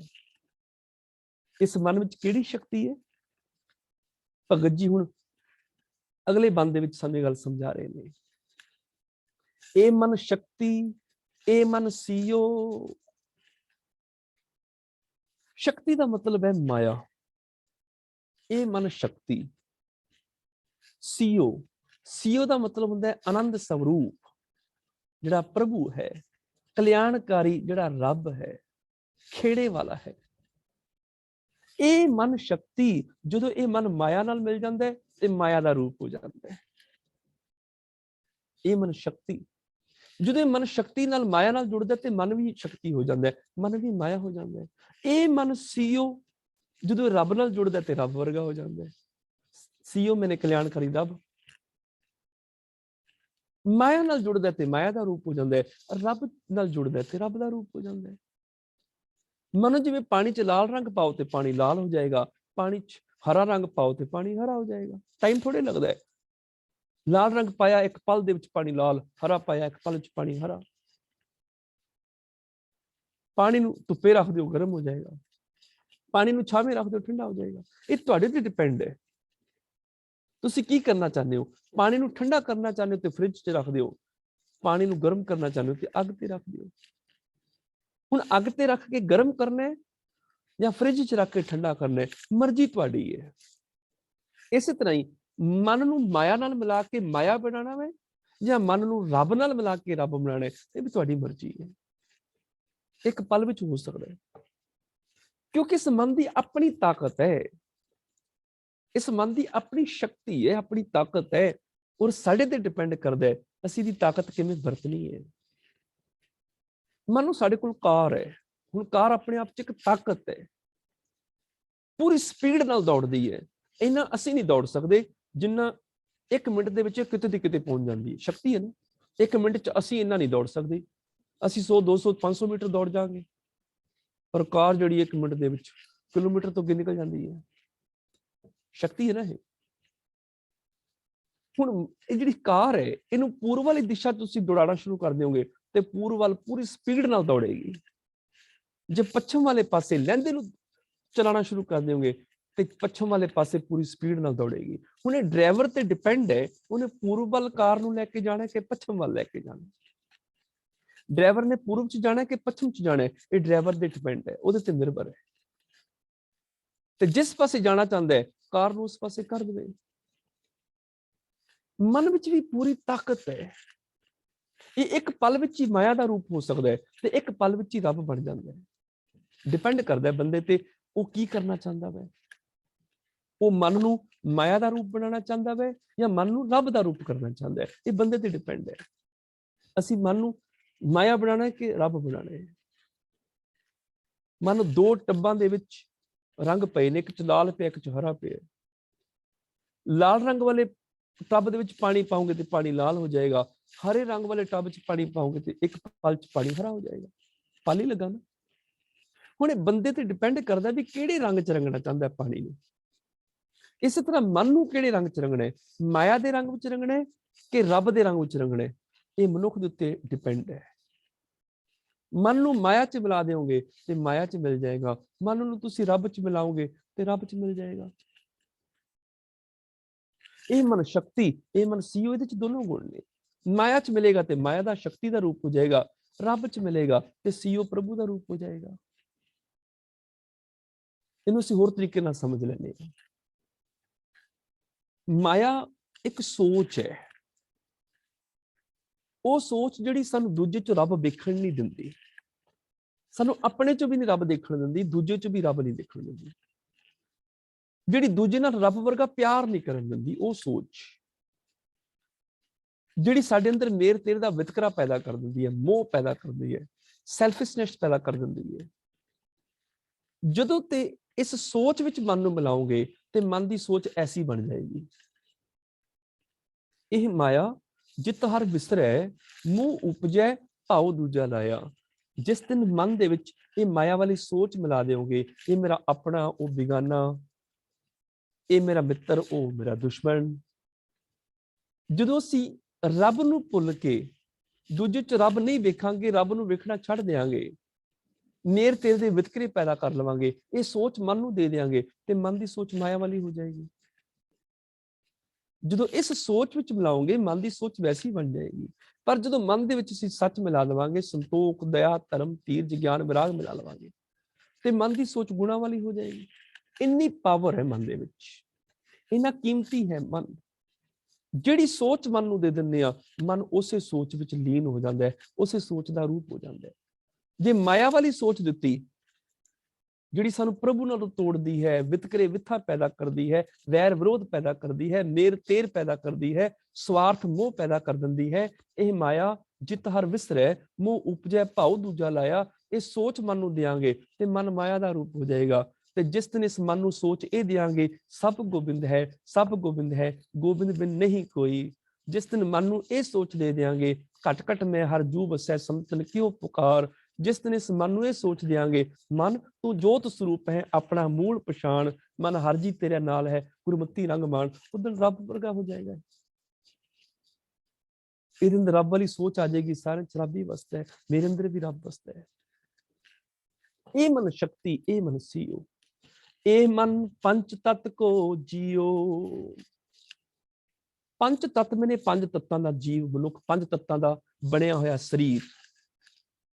ਜਦੋਂ ਇਹ ਸਰੀਰ ਨਾਲ ਜੁੜਦਾ ਹੈ ਤੇ ਮਨ ਪੰਜ ਤੱਤਾਂ ਦਾ ਸਰੀਰ ਬਣ ਜਾਂਦਾ ਹੈ। ਫਿਰ ਆਪਣੇ ਆਪ ਨੂੰ ਸਰੀਰ ਸਮਝਣ ਲੱਗ ਜਾਂਦਾ ਹੈ। ਜਦੋਂ ਸਰੀਰ ਦੇ ਮੋਹ ਨਾਲ ਮਨ ਜੁੜਦਾ ਹੈ, ਉਦੋਂ ਆਪਣੇ ਆਪ ਨੂੰ ਸਰੀਰ ਸਮਝਣ ਲੱਗ ਜਾਂਦਾ, ਕਿ ਜੁੜੀ ਸ਼ੁਰੂ ਕਰ ਦਿੰਦਾ ਹੈ ਕਿ ਮੇਰੇ ਸਰੀਰ ਨੂੰ ਵਧੀਆ ਭੋਜਨ ਚਾਹੀਦੇ ਨੇ, ਵਧੀਆ ਤੋਂ ਵਧੀਆ ਡਿਲੀਸ਼ੀਅਸ ਭੋਜਨ ਚਾਹੀਦੇ ਨੇ, 5 ਸਟਾਰ ਦੇ ਭੋਜਨ ਚਾਹੀਦੇ ਨੇ, ਇਹਨੂੰ ਰੇਸ਼ਮੀ ਕੱਪੜੇ ਪਾਉਣ ਨੂੰ ਚਾਹੀਦੇ ਨੇ, 10-10, 20-20 ਹਜ਼ਾਰ ਦੇ ਸੂਟ ਪਾਉਣ ਨੂੰ ਚਾਹੀਦੇ ਨੇ, ਇਹਨੂੰ ਵਧੀਆ ਕੋਠੀ ਚਾਹੀਦੀ ਹੈ, ਇਹਨੂੰ ਵਧੀਆ ਕਾਰ ਚਾਹੀਦੀ ਹੈ, ਖਾਣ ਪੀਣ ਪਹਿਰਨ ਦੇ ਆਰ ਚ ਜੁੜ ਜਾਏਗਾ। ਫਿਰ ਇਸ ਪਾਸੇ ਲੱਗ ਜਾਂਦਾ ਮਨ, ਉਹ ਸੋਚਦਾ ਮੈਂ ਸਰੀਰ ਹਾਂ। ਜਿਸ ਦਿਨ ਮਨ ਪੰਜ ਤੱਤਾਂ ਦੇ ਸਰੀਰ ਨਾਲ ਜੁੜ ਜਾਂਦਾ ਹੈ, ਉਦੋਂ ਆਪਣੇ ਆਪ ਨੂੰ ਸਰੀਰ ਸਮਝਣ ਲੱਗ ਜਾਂਦਾ ਹੈ। ਫਿਰ ਉਹ ਸਰੀਰ ਦੀ ਖਾਤਰ ਹੀ ਜ਼ਿੰਦਗੀ ਜਿਉਂਦਾ ਹੈ। ਉਹਦੀ ਜ਼ਿੰਦਗੀ ਦਾ ਨਿਸ਼ਾਨਾ ਖਾਣਾ ਪੀਣਾ ਬਣ ਜਾਂਦਾ ਹੈ, ਉਹਦਾ ਜ਼ਿੰਦਗੀ ਦਾ ਨਿਸ਼ਾਨਾ ਵਿਸ਼ੇ ਵਿਕਾਰ ਹੋ ਜਾਂਦਾ ਹੈ। ਅੱਖਾਂ ਨੂੰ ਮੈਂ ਸੁੱਖ ਦੇਣੇ ਨੇ, ਪਰ ਧਨ ਪਰ ਰੂਪ ਦੇ। ਕੰਨਾਂ ਨੂੰ ਨਿੰਦਿਆ ਚੁਗਲੀ ਝੂਠ ਸੁਣਾਣੀ, ਵਿਕਾਰੀ ਗੀਤ ਸੁਣਾ ਕੇ ਖੁਸ਼ ਕਰਨਾ ਹੈ। ਜ਼ੁਬਾਨ ਨੂੰ ਮੈਂ ਲਗਜ਼ਰੀ ਚੀਜ਼ਾਂ ਖਵਾ ਕੇ, ਡਿਲੀਸ਼ੀਅਸ ਚੀਜ਼ਾਂ ਖਵਾ ਕੇ, ਲਜ਼ੀਜ਼ ਚੀਜ਼ਾਂ ਖਵਾ ਕੇ ਮੈਂ ਜ਼ੁਬਾਨ ਨੂੰ ਖੁਸ਼ ਕਰਨਾ ਹੈ। ਇਹਨੂੰ ਨਸ਼ੇ ਖਿਲਾਣੇ ਨੇ, ਇਹਨੂੰ ਫਲਾਣੀ ਚੀਜ਼ਾਂ ਖਵਾਉਣੀਆਂ ਨੇ, ਇਹਨੂੰ ਖੱਟੀਆਂ ਤਲੀਆਂ ਚੀਜ਼ਾਂ ਖਵਾਉਣੀਆਂ ਨੇ। ਉਦੋਂ ਜਿਹੜਾ ਮਨ ਹੈ ਉਹਦੀ ਜ਼ਿੰਦਗੀ ਦਾ ਨਿਸ਼ਾਨਾ ਬਣ ਜਾਂਦਾ ਹੈ ਸਰੀਰ। ਫਿਰ ਉਹ ਸਰੀਰ ਆਪਣੇ ਨੂੰ ਸਮਝ ਕੇ ਜੀਂਦਾ ਹੈ। ਫਿਰ ਇੰਦਰੀਆਂ ਦੇ ਨਾਲ ਬੁਰਾ ਵੇਖਣਾ, ਬੁਰਾ ਸੁਣਨਾ, ਬੁਰਾ ਸੋਚਣਾ, ਬੁਰੇ ਕਰਮ ਕਰਨੇ, ਇਹ ਸਰੀਰ ਉਹਦੀ ਜਿੰਦ ਜਾਨ ਬਣ ਜਾਂਦਾ ਹੈ। ਸਰੀਰ ਨੂੰ ਆਪਣਾ ਆਪਾ ਸਮਝ ਲੈਂਦਾ ਹੈ। ਫਿਰ ਉਹ ਸਰੀਰ ਦੇ ਤਲ ਤੇ ਜੂਣਾ ਸ਼ੁਰੂ ਕਰ ਦਿੰਦਾ ਹੈ। ਦੁਨੀਆ ਦੇ ਰਸ ਕਸ, ਦੁਨੀਆ ਦੇ ਭੋਗ ਉਹਦੀ ਜ਼ਿੰਦਗੀ ਦਾ ਮਨੋਰਥ ਬਣ ਜਾਂਦੇ ਨੇ, ਉਹਦੀ ਜ਼ਿੰਦਗੀ ਦਾ ਏਮ ਬਣ ਜਾਂਦਾ ਹੈ। ਇਹ ਜਗ ਮਿੱਠਾ ਅਗਲਾ ਕਿਨ ਡਿੱਠਾ, ਉਹਦਾ ਏਮ ਬਣ ਜਾਂਦਾ ਹੈ। ਸੋਚਦਾ ਵੀ ਇੱਥੇ ਹੀ ਦੁਨੀਆ ਦੇ ਸੁੱਖ ਸਾਧਨ ਭੋਗ ਲਵਾਂ, ਕਿਉਂਕਿ ਮੈਂ ਤੇ ਸਰੀਰ ਹਾਂ। ਆਪਣੇ ਨਿਜ ਪ੍ਰਭੂ ਦੇ ਰੂਪ ਨੂੰ ਭੁੱਲ ਕੇ ਸਰੀਰ ਦੇ ਰੂਪ ਚ ਆ ਜਾਂਦਾ ਹੈ। ਉਹਦੀ ਸੋਚ ਨੀਵੀਂ ਹੋ ਜਾਂਦੀ ਹੈ। ਪ੍ਰਭੂ ਦੇ ਤਲ ਤੋਂ ਨੀਵਾਂ ਹੋ ਕੇ ਸਰੀਰ ਦੇ ਤਲ ਤੇ ਆ ਜਾਂਦਾ ਹੈ। ਕਿੱਥੇ ਤੇ ਰੱਬ ਰੂਪ ਹੋਣਾ ਸੀ, ਕਿੱਥੇ ਸਰੀਰ ਬਣ ਗਿਆ ਹੈ, ਮਿੱਟੀ ਹੋ ਗਿਆ। ਜਿਵੇਂ ਮਨੋ ਜਗਦਾ ਹੋਇਆ ਦੀਵਾ, ਉਹਦੇ ਵਿੱਚ ਮਿੱਟੀ ਦਾ ਦੀਵਾ ਵੀ ਹੈ, ਉੱਪਰ ਜੋਤ ਵੀ ਹੈ।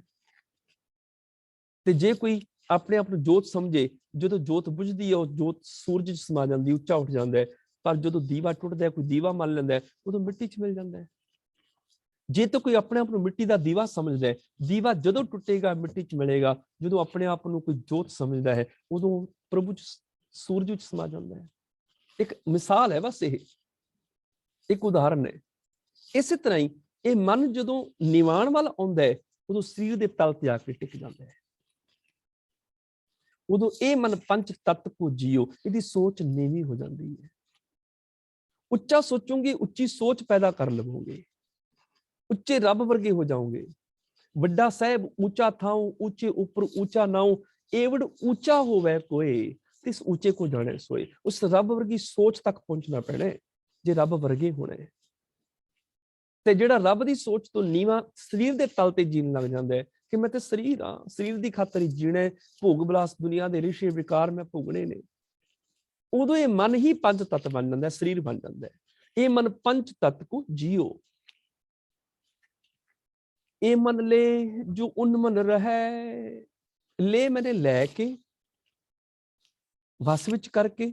ਹੁਣ ਜਦੋਂ ਕੋਈ ਇਸ ਮਨ ਨੂੰ ਨਿਵਾਣ ਤੋਂ ਉਚਾਈ ਵੱਲ ਲੈ ਕੇ ਜਾਂਦਾ ਹੈ, ਉਹਨੂੰ ਕਹਿੰਦੇ ਨੇ ਉਨਮਨ। ਉਨਮਨ ਦਾ ਭਾਵ ਨੀਵੀਂ ਸੋਚ ਤੋਂ ਜਦੋਂ ਉੱਚੀ ਸੋਚ ਹੋ ਜਾਂਦੀ ਹੈ, ਉਹਨੂੰ ਕਹਿੰਦੇ ਨੇ ਉਨਮਨ ਦੀ ਅਵਸਥਾ। ਜਦੋਂ ਮਨ ਨੀਵੀਂ ਸੋਚ ਛੱਡ ਕੇ ਉੱਚੀ ਸੋਚ ਵੱਲ ਆ ਗਿਆ, ਸਰੀਰ ਦੇ ਤਲ ਤੇ ਜਿਹਨੇ ਜਿਉਣਾ ਛੱਡ ਕੇ ਹੁਣ ਰੱਬ ਦੇ ਤਲ ਤੇ ਜਿਉਣਾ ਸ਼ੁਰੂ ਕਰ ਦਿੱਤਾ ਕਿ ਮੈਂ ਤੇ ਪ੍ਰਭੂ ਦਾ ਰੂਪ ਹਾਂ। ਇਹਨੂੰ ਸਮਝ ਪੈ ਗਈ, ਮਨ ਤੂੰ ਜੋਤ ਸਰੂਪ ਹੈ, ਤੇ ਰੱਬ ਦਾ ਹੀ ਰੂਪ ਹੈ। ਆਪਣਾ ਮੂਲ ਪਛਾਣ, ਮੂਲ ਮੈਨੇ ਅਸਲੀਅਤ, ਤੇਰੀ ਅਸਲੀਅਤ ਕੀ, ਉਹ ਪਛਾਣ ਤੂੰ ਹੈ ਕੀ। ਮਨ ਹਰ ਚੀਜ਼ ਤੇਰੇ ਨਾਲ ਹੈ। ਇਹ ਮਨ ਰੱਬ ਤੇ ਤੇਰੇ ਨਾਲ ਹੀ ਹੈ ਨਾ। ਗੁਰਮਤੀ ਰੰਗ ਮਾਣ, ਚਾਹੇ ਇਹਨੂੰ ਮਨ ਨੂੰ ਚੰਚਲ ਬਣਾ ਲਓ, ਚਾਹੇ ਮਨ ਨੂੰ ਪਿਆਰਾ ਬਣਾ ਲਓ, ਮਨ ਨੂੰ ਭਾਵੇਂ ਖੁੱਟਰ ਬਣਾ ਲਓ, ਮਨ ਨੂੰ ਭਾਵੇਂ ਜੋਤ ਬਣਾ ਲਓ, ਇਹ ਤੁਹਾਡੇ ਹੱਥ ਵਿੱਚ ਹੈ। ਮਨ ਦੀ ਸੋਚ, ਮਨ ਮੈਨੇ ਵਿਚਾਰ, ਵਿਚਾਰ ਨੀਵੇਂ ਹੋ ਗਏ ਤੇ ਮਨ ਖੁੱਟਰ ਬਣ ਗਿਆ। ਅਸੀਂ ਖੁੱਟਰ ਹੋ ਗਏ, ਅਸੀਂ ਚੰਚਲ ਹੋ ਗਏ, ਅਸੀਂ ਸਰੀਰ ਹੋ ਗਏ, ਅਸੀਂ ਮਾਇਆ ਹੋ ਗਏ। ਜਦੋਂ ਇਹੀ ਸਾਡੀ ਸੋਚ, ਸਾਡੀ ਵਿਚਾਰ ਉੱਚੀ ਉੱਠ ਜਾਏਗੀ, ਰੱਬ ਵਰਗੀ ਹੋ ਜਾਏਗੀ, ਅਸੀਂ ਰੱਬ ਹੋ ਜਾਵਾਂਗੇ। ਇਹ ਤਾਂ ਸੋਚ ਹੈ ਬਸ। ਇਸ ਵਿਚਾਰ ਦਾ, ਸੋਚ ਦਾ ਨਾਮ ਹੀ ਮਨ ਹੈ। ਇਹ ਮਨ ਲੈ, ਇਸ ਮਨ ਨੂੰ ਲੈ ਕੇ, ਵਸ ਵਿੱਚ ਕਰਕੇ, ਅਧੀਨ ਕਰਕੇ ਜੋ ਉਨਮਨ ਰਹੇ, ਨੀਵੀਂ ਸੋਚ ਤੋਂ ਉੱਚੀ ਸੋਚ ਕਰ ਲਵੇ। ਹੁਣ ਇਹਦਾ ਮਤਲਬ ਇਹ ਨਹੀਂ ਵੀ ਮਨ ਖਤਮ ਹੋ ਜਾਂਦਾ, ਉੱਥੇ ਉਨਮਨ ਹੋ ਜਾਂਦਾ, ਜਿੱਥੇ ਮਨ ਨਹੀਂ ਬਚਦਾ। ਗੁਰੂ ਜੀ ਕਹਿੰਦੇ ਏਦਾਂ ਕਦੀ ਨਹੀਂ ਹੋ ਸਕਦਾ ਵੀ ਮਨ ਬਚੇ ਨਾ। ਐਸਾ ਕੋਈ ਹੈ ਦੁਨੀਆ ਤੇ ਜਿਹੜਾ ਮਨ ਨੂੰ ਮਾਰ ਸਕੇ? ਕਵਨ ਸੋ ਮੁਨ ਮਨ ਮਾਰੇ, ਐਸਾ ਕੋਈ ਮੁਨੀ ਹੈ ਜਿਹੜਾ ਮਨ ਨੂੰ ਮਾਰ ਦੇਵੇ? ਤੇ ਜੇ ਮਨ ਨੂੰ ਮਾਰ ਹੀ ਦਿੱਤਾ ਫਿਰ ਤਾਰਨਾ ਕਿਹਨੂੰ ਹੈ? ਮਨ ਕੋ ਮਾਰ ਕਹੋ ਕਿਸ ਤਾਰੇ। ਇਸ ਕਰਕੇ ਮਨ ਨੂੰ ਮਾਰਨਾ ਨਹੀਂ ਹੈ, ਉਨਮਨ ਨਹੀਂ ਆਣਾ। ਮਨ ਮਰਦਾ ਹੀ ਨਹੀਂ। ਮਨ ਮੈਨੇ ਵਿਚਾਰ, ਵਿਚਾਰ ਤੇ ਕਦੀ ਨਹੀਂ ਮਰਦੇ। ਵਿਚਾਰ ਤੇ ਜਨਮ ਤੋਂ ਲੈ ਕੇ ਸਰੀਰ ਦੇ ਨਾਸ਼ ਹੋਣ ਤੱਕ ਰਹਿੰਦੇ ਹੀ ਰਹਿੰਦੇ ਨੇ। ਜਿੰਨਾ ਚਿਰ ਹਾਰਡਵੇਅਰ ਚੱਲ ਰਿਹਾ, ਇਹਦੇ ਅੰਦਰ ਸੌਫਟਵੇਅਰ ਜਿੰਦਾ ਹੈ। ਵਿਚਾਰ ਚੱਲਦੇ ਹੀ ਰਹਿਣਗੇ। ਜਿੱਦਣ ਹਾਰਡਵੇਅਰ ਟੁੱਟ ਜਾਏਗਾ, ਸੌਫਟਵੇਅਰ ਫਿਨਿਸ਼ ਹੋ ਜਾਏਗਾ। ਵਿਚਾਰ ਨਹੀਂ ਬੰਦ ਹੁੰਦੇ। ਸਾਡੀ ਕੌਮ ਦੇ ਵਿੱਚ ਵੀ ਇਹ ਜੋਗ ਮਤ ਵਾਲਾ ਇੱਕ ਭੁਲੇਖਾ ਹੈਗਾ ਕਿ ਅੱਖਾਂ ਮੀਟ ਕੇ ਸਮਾਧੀਆਂ ਲਾਓ, ਇੱਕ ਦਿਨ ਉਹ ਅਵਸਥਾ ਆ ਜਾਂਦੀ ਜਦੋਂ ਕੋਈ ਵਿਚਾਰ ਨਹੀਂ ਬਚਦਾ। ਐਸਾ ਕਦੀ ਹੋ ਸਕਦਾ ਹੈ ਕਿ ਕੋਈ ਵਿਚਾਰ ਨਾ ਬਚੇ? ਮਨ ਨੂੰ ਇੱਕ ਪਲ ਦੇ ਲਈ ਉਹ ਸਮਾਂ ਆ ਗਿਆ, ਹੁਣ ਕੋਈ ਵਿਚਾਰ ਨਹੀਂ। ਹੁਣ ਇਹ ਵੀ ਤੇ ਆਪਣੇ ਆਪ ਚ ਇੱਕ ਵਿਚਾਰ ਹੈ ਨਾ, ਵੀ ਹੁਣ ਕੋਈ ਵਿਚਾਰ ਨਹੀਂ, ਇਹ ਵੀ ਤੇ ਵਿਚਾਰ ਹੀ ਹੈ ਨਾ। ਮਾਰਨਾ ਥੋੜੇ ਸੀ ਮਨ ਨੂੰ। ਤੇ ਜਿਨ੍ਹਾਂ ਦੇ ਇੱਕ ਸੈਕਿੰਡ ਲਈ ਵਿਚਾਰ ਆ ਗਏ, ਉਹਨਾਂ ਨੇ ਕਿਹੜਾ ਕਦੂ ਤੀਰ ਮਾਰ ਲਿਆ, ਉਹਨਾਂ ਨੇ ਕੋਈ ਤਬਦੀਲੀ ਨਹੀਂ ਲਿਆਂਦੀ, ਜ਼ਿੰਦਗੀ ਚ ਬਦਲਾਅ ਨਹੀਂ ਲਿਆਂਦਾ। ਉਹੀ ਸਮਾਧੀ ਤੋਂ ਉੱਠ ਕੇ ਦੁਕਾਨ ਤੇ ਗਏ, ਗਾਹਕਾਂ ਦੀ ਛਿੱਲ ਲਾਣੀ ਸ਼ੁਰੂ ਕਰਤੀ, ਉਸੇ ਤਰ੍ਹਾਂ ਕ੍ਰੋਧ ਹੈ ਜ਼ਿੰਦਗੀ ਚ, ਉਸੇ ਤਰ੍ਹਾਂ ਨਿੰਦਿਆ ਚੁਗਲੀ, ਉਸੇ ਤਰ੍ਹਾਂ ਸਾਰਾ ਕੁਝ। ਐਸੀ ਅਵਸਥਾ ਨੂੰ ਸਿਰ ਚ ਮਾਰਨਾ ਹੈ, ਔਰ ਐਸੀ ਅਵਸਥਾ ਆਂਦੀ ਵੀ ਨਹੀਂ ਹੈ। ਮਨ ਤੇ ਮਰਦਾ ਹੀ ਨਹੀਂ। ਕਵਨ ਸੁਮਨ ਜੋ ਮਨ ਮਾਰੇ, ਐਸਾ ਕਿਹੜਾ ਮਨ ਜਿਹੜਾ ਮਨ ਨੂੰ ਮਾਰ ਸਕੇ? ਤੇ ਜੇ ਮਾਰ ਹੀ ਦਿੱਤਾ, ਮਨ ਕੋ ਮਾਰ ਕਹੋ ਕਿਸ ਤਾਰੇ। ਗੁਰੂ ਜੀ ਤੇ ਇਹ ਕਹਿ ਰਹੇ ਨੇ, ਮਨ ਮਾਰਨਾ ਥੋੜੇ ਹੈ, ਮਨ ਬਦਲਣਾ ਹੈ, ਉਨਮਨ ਕਰਨਾ ਹੈ, ਨਿਵਾਣ ਤੋਂ ਉਚਾਈ ਤੱਕ ਲੈ ਕੇ ਜਾਣਾ ਹੈ, ਨੀਵੇਂ ਵਿਚਾਰਾਂ ਨੂੰ ਛੱਡ ਕੇ ਉੱਚੇ ਵਿਚਾਰਾਂ ਨਾਲ ਜੁੜਨਾ ਹੈ। ਇਹਨੂੰ ਕਹਿੰਦੇ ਨੇ ਉਨਮਨ। ਇਹ ਮਨ ਲੈ, ਜਦੋਂ ਇਸ ਮਨ ਨੂੰ ਕਾਬੂ ਚ ਕਰਕੇ ਵਸ ਵਿੱਚ ਕਰ ਲਵੇ ਕੋਈ, ਇਹਨੂੰ ਵਸ ਵਿੱਚ ਕਰਕੇ, ਇਹਨਾਂ ਵਿਚਾਰਾਂ ਨੂੰ ਆਪਣੇ ਅਧੀਨ ਕਰਕੇ ਜੋ ਉਨਮਨ ਰਹੇ, ਜਦੋਂ ਉੱਚੀ ਸੋਚ ਲੈ ਬਣ ਜਾਂਦੀ ਹੈ, ਉੱਚੀ ਸੋਚ ਵਿੱਚ ਜਦੋਂ ਮਨ ਆ ਜਾਂਦਾ ਹੈ, ਜਦੋਂ ਵਿਚਾਰ ਉੱਚੇ ਹੋ ਜਾਂਦੇ ਨੇ, ਉਨਮਨ ਦੀ ਅਵਸਥਾ ਮੈਨੇ ਗਿਆਨ ਦੀ ਅਵਸਥਾ, ਜਦੋਂ ਗੁਰੂ ਵਾਲੇ ਵਿਚਾਰ ਆ ਜਾਂਦੇ ਨੇ, ਜਦੋਂ ਵਿਚਾਰਾਂ ਵਿੱਚ ਗੁਰੂ ਦਾ ਗਿਆਨ ਆ ਕੇ ਟਿਕ ਜਾਂਦਾ ਹੈ, ਉਹਨੂੰ ਕਹਿੰਦੇ ਨੇ ਉਨਮਨ ਖੜਾਓ ਦੀ ਅਵਸਥਾ, ਗੁਰੂ ਦੇ ਗਿਆਨ ਵਾਲੀ ਅਵਸਥਾ, ਜਿਹਦੇ ਵਿੱਚ ਗੁਰੂ ਦੀ ਸੋਚ ਹੈ, ਹੁਣ ਗੁਰੂ ਦੀ ਮੱਤ ਹੈ, ਗੁਰੂ ਦਾ ਗਿਆਨ ਹੈ ਜਿਹਦੇ ਵਿੱਚ। ਜਦੋਂ ਨੀਵੀਂ ਸੋਚ ਉੱਚੀ ਹੋ ਜਾਂਦੀ ਹੈ, ਉਹ ਆਤਮਿਕ ਖੜਾਓ ਵਾਲੀ ਅਵਸਥਾ, ਜਿੱਥੇ ਸਮਝ ਪੈ ਜਾਂਦੀ ਹੈ ਸੱਚ ਕੀ ਹੈ, ਝੂਠ ਕੀ ਹੈ, ਭਲਾ ਕੀ ਹੈ, ਬੁਰਾ ਕੀ ਹੈ, ਪਾਪ ਪੁੰਨ ਕਿਹਨੂੰ ਕਹਿੰਦੇ ਨੇ, ਧਰਮ ਅਧਰਮ ਕਿਹਨੂੰ ਕਹਿੰਦੇ ਨੇ, ਆਤਮ ਅਨਾਤਮ ਕੀ ਚੀਜ਼ ਹੈ। ਉਹ ਅਵਸਥਾ ਜਿੱਥੇ ਵਿਵੇਕ ਬੁੱਧ ਪੈਦਾ ਹੋ ਜਾਂਦੀ ਹੈ, ਉਹ ਅਵਸਥਾ ਜਿੱਥੇ ਕਾਮਨ ਸੈਂਸ ਆ ਜਾਂਦੀ ਹੈ, ਜਿੱਥੇ ਗੁਰੂ ਦੇ ਗਿਆਨ ਦਾ ਖੇੜਾ ਹੀ ਖੇੜਾ ਚਾਰੋਂ ਤਰਫ ਆਨੰਦ ਹੀ ਨਜ਼ਰ ਆਉਂਦਾ ਹੈ, ਉਦੋਂ ਕੀ ਹੁੰਦਾ ਹੈ? ਇਹ ਮਨ ਲੈ ਜੋ ਉਨਮਨ ਰਹੇ, तो 3 लोक की बातें कहे।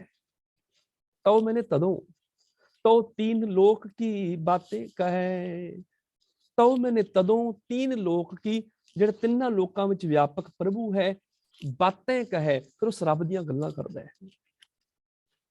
ਜਿਹੜਾ ਤਿੰਨਾਂ ਲੋਕਾਂ 'ਚ ਫੈਲਿਆ ਪ੍ਰਭੂ, ਫਿਰ ਉਸ ਰੱਬ ਦੀਆਂ ਗੱਲਾਂ ਕਰਦਾ ਹੈ, ਮਤਲਬ ਯੂਨੀਵਰਸਲ ਟਰੁੱਥ ਦੀਆਂ ਗੱਲਾਂ ਕਰਦਾ ਹੈ। ਵਿਆਪਕ ਪ੍ਰਭੂ ਦੀਆਂ ਗੱਲਾਂ ਕਰਦੇ, ਉਹਦੀ ਸਿਰਫ ਸਲਾਹ ਦੀਆਂ ਗੱਲਾਂ ਹੀ ਕਰਦਾ ਹੈ। ਜਦੋਂ ਬੋਲਦਾ ਬ੍ਰਹਮੰਡੀ ਸੱਚ ਹੀ ਬੋਲਦਾ, ਵੀ ਬ੍ਰਹਿਮੰਡ ਦਾ ਸੱਚ ਹੈ ਤਿੰਨਾਂ ਲੋਕਾਂ ਦਾ। तो 3 लोक की बातें कहे, भी इस ब्रह्मंडी सच तो बाहर नहीं जाया जा सकता। ਇਹ ਕੁਦਰਤ ਦੀ ਨਿਯਮਾਵਲੀ ਦੀ ਗੱਲ ਕਰਦਾ ਹੈ, ਵੀ ਕੁਦਰਤ ਦੀ ਨਿਯਮਾਵਲੀ ਤੁਸੀਂ ਬਾਹਰ ਨਹੀਂ ਜਾ ਸਕਦੇ। ਫਿਰ ਉਹ ਰਜ਼ਾ ਦੀਆਂ ਗੱਲਾਂ ਕਰਦਾ ਹੈ, ਭਾਣੇ ਦੀਆਂ ਗੱਲਾਂ ਕਰਦਾ ਹੈ, ਸਿਸਟਮ ਦੀਆਂ ਗੱਲਾਂ ਕਰਦਾ ਹੈ, ਅਸੀਂ ਸਿਸਟਮ ਤੋਂ ਬਾਹਰ ਨਹੀਂ ਹੋ ਸਕਦੇ। ਨਿਯਮਾਂ ਦੀਆਂ ਗੱਲਾਂ ਕਰਦਾ ਹੈ, ਅਸੀਂ ਕੁਦਰਤ ਦੇ ਨੇਮ ਤੋਂ ਬਾਹਰ ਨਹੀਂ ਜਾ ਸਕਦੇ। ਉਹਨੂੰ ਸਮਝ ਪੈ ਜਾਂਦੀ ਕੁਦਰਤ ਦੇ ਇਹ ਨੇਮ ਨੇ ਜਿਨ੍ਹਾਂ 'ਚ ਜ਼ਿੰਦਗੀ ਜਿਉਣੀ ਹੈ। ਫਿਰ ਉਹ ਕੁਦਰਤ ਦੇ ਨੇਮਾਂ ਦੀਆਂ, ਤਿੰਨਾਂ ਲੋਕਾਂ ਵਿੱਚ ਵਸੇ ਵਿਆਪਕ ਪ੍ਰਭੂ ਦੀਆਂ, ਯੂਨੀਵਰਸਲ ਟਰੁੱਥ ਦੀਆਂ ਗੱਲਾਂ ਕਰਦਾ ਹੈ। ਤੋਂ 3 ਲੋਕ ਕੀ ਬਾतें ਕਹੇ।